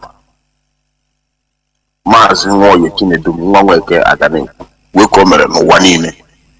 I'm working as a Milano coordinator. Thank you very much, Mazi. I just have a little things to tell my brothers and sisters, because we are out the fight we are fighting on earth. We know the fight already. It's not that we don't know it. But only the problem we have is that there is our people that is among those that are holding us down. If we didn't do away with these people, we are not going anywhere. They are our brothers and sisters. But they do their truth. They do their truth that they can never agree. But they will reap what they sow. And they will reap what they sow. I'm telling you, these people, they are evil. They don't have our people. They don't have our people at all. They don't love us. We will give them our staff of office. To hand them our community over to take care of. My brother, they did nothing. Only to embezzle and disorganizing the youth. Nobody are controlling our youth. Nobody are controlling our youth sisters and our youth brothers. Nobody are taking care of our mothers, our sick mothers and our old mothers and our young mothers. Nobody are taking care of them. Even our fathers, nobody are taking care of them. All of them are putting deaf ear. Our people are suffering, gnashing their teeth every day. We are watching them, and we are watching them closely. Fulani, that tools you are. I have been telling you that all of you will meet your water in their land. We know we fight. We know them. It's not that we don't know them. Only our people that don't know them that we are pitied. You understand me? We know them. But all of them will make their water low. Biafrans, looking closer to those people that are following the programs that's holding us down. There's people that are still following the program of slave trade till today. There's people that are still following the program of missionary till today. They are holding us down. There are people that are still holding the program of colonization. Is holding us down today. If we didn't terminate these people, if we didn't take away these people, my brother, Amadike, thank you very much for your work, because you have did a marvelous and great work for we Biafrans and our brothers that they display all over the world. Go to South America, North America, everywhere. Mazi, thank you very much. Let me know talk more. Well, there, woman. Thank you very much. Thank you very much. Caller on WhatsApp, please. You're the last caller. Welcome to the program. Can you hear me? Thank you for holding on. I can hear you. I can, Professor John. There, There, well, welcome to the program. You're speaking to a brother who's the scavenger. I'm calling from Africa, Sud, South Africa. Professor Jonathan, I greet my leader Mazi Nnamdi Kanu, a prisoner of conscience. I greet Biafrans all over the world. I greet all IPOB members who are fighting assiduously to restore the kingdom of heaven on earth. We thank you, Mazi Nnamdi Kanu, for setting up this radio Biafra, citadel of knowledge and prosperity, the educators. Professor Jonathan, our sister, Madam held and asked us a question. The question is, what is the value of Igbo man? What does Igbo man place as a value to him? I will give him some of things that Igbo man place as a value. As you can see, I'm an Igbo man, and my name is scavenging. So you can see I value scavenging. Another thing that Igbo man value is saboteur. Igbo man value saboteur. Igbo man can do anything to be obedient to the Fulanis. Igbo man value to be a refugee in another man's land. That is why you can hear an Igbo man sing a music to give their brothers prestige. He said that anywhere you go, you know see Igbo man, run away. But he didn't explain what is this Igbo man doing that place he was. He didn't explain anything. He just said anywhere you go, you know see Igbo man, run away. That is what you can see. That is why you can see that an Igbo man, I'm telling you, Igbo man like already made, anything already made. Even as we are following Mazi Nnamdi Kanu, some people just follow Mazi Nnamdi Kanu because they know he has fought and they didn't start, they just started yesterday and they didn't value what they value is just to put the face of Mazi Nnamdi Kanu in a cup. In a cup, just when they put the face and they sell it, it's okay for them. That's what they value. They didn't value what Mazi Nnamdi Kanu is preaching. If a man will go to another man's country and spend $10,000 to get the permit of that another country, but if you tell Igbo man, put 200 rand, 50 rand for the fight to restore your people so that you can go back to your own home, Igbo man will not do that. That is why I said that they valued the value already made. Yes, we know that the system is there, but you can see that the system of Fulani, did you see what the Fulani man said? He said that his Fulani people are global persons. He didn't say that his Fulanis are wanderers. He said they are global persons, which means he has given them prestige. They are United Nations child.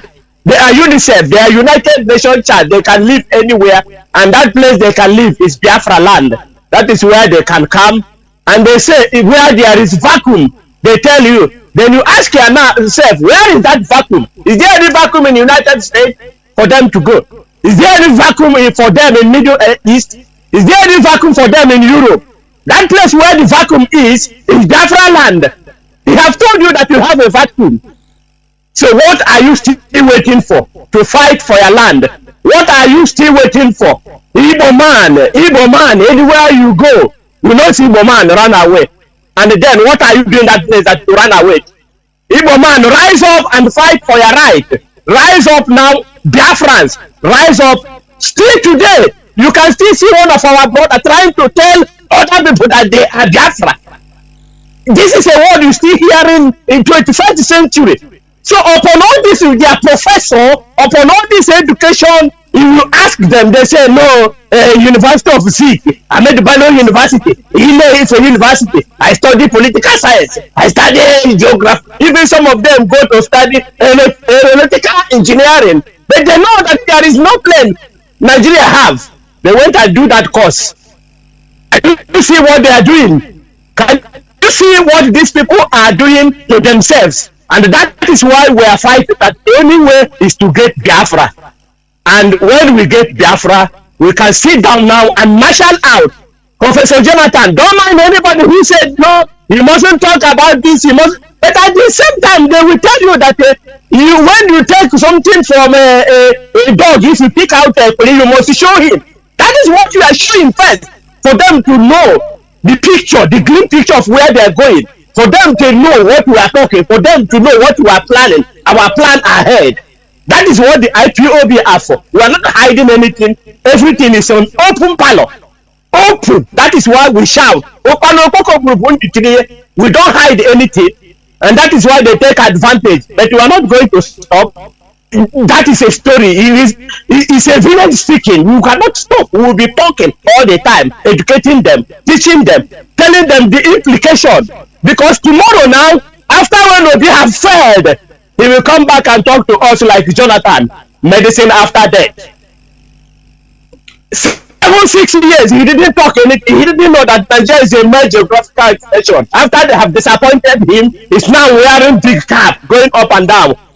An envoy, a peacemaker, but your place is burning. Your place is burning. Your people are dying for asbestos, for so many diseases that is engulfing them. But you are peace. You are making peace to the world. I don't know what mentality are that.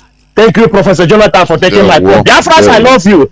IPOB members, you are my blood. There. This is where I'm going to switch off the phones, please. I crave your indulgence because I have another schedule now. Biafrans and lovers of freedom, we must continue what we are doing. It is an established fact that we have no future in Nigeria. It is established. Forget about any person that is coming to tell you we do this, we do that. No, or let us do it like this.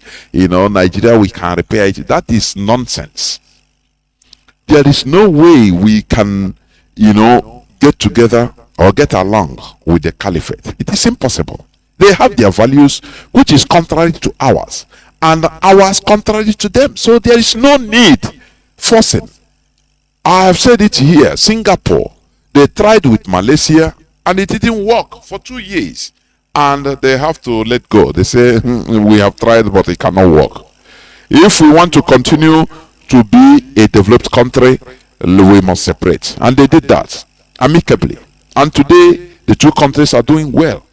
Singapore is their superficial is not up to 1,000 kilometers square. Do you understand how little that is? A population of 6 million people. But here we are, people are trying to force us, to convince us. There is not conviction anyway, because they are trying to force Nigeria onto us.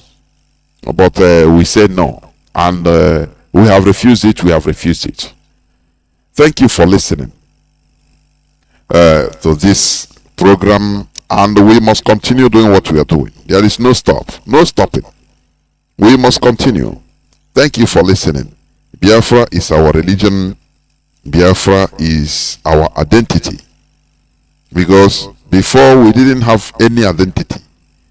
We were misguided into, not having or discarding our identity.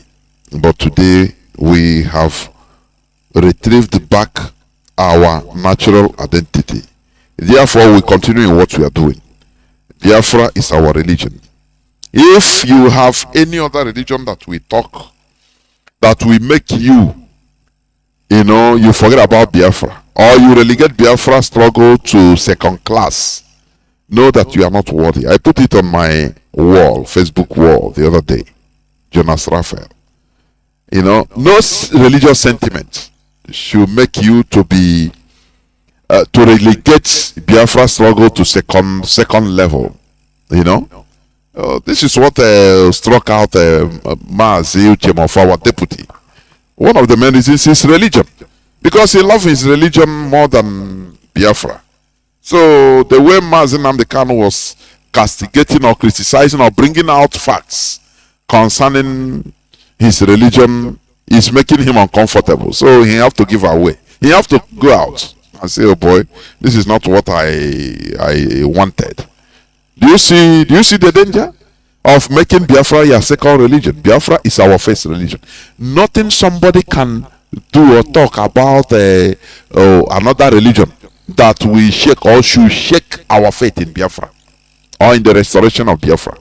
Any person that is telling you about, oh no, let us this way, no, don't go there, it's a religion, no, that is rubbish. We don't talk for talking's sake. We talk with facts and figures, nothing more, in order to open our brains to think in a different way, think as how we're supposed to think as human beings, not being influenced by any religion, any other ideology, no, but by we continue remaining who we are naturally. That is what we are doing. Thank you for listening. From me, Mazi Jonathan Cinedu, from here, it is simply good evening.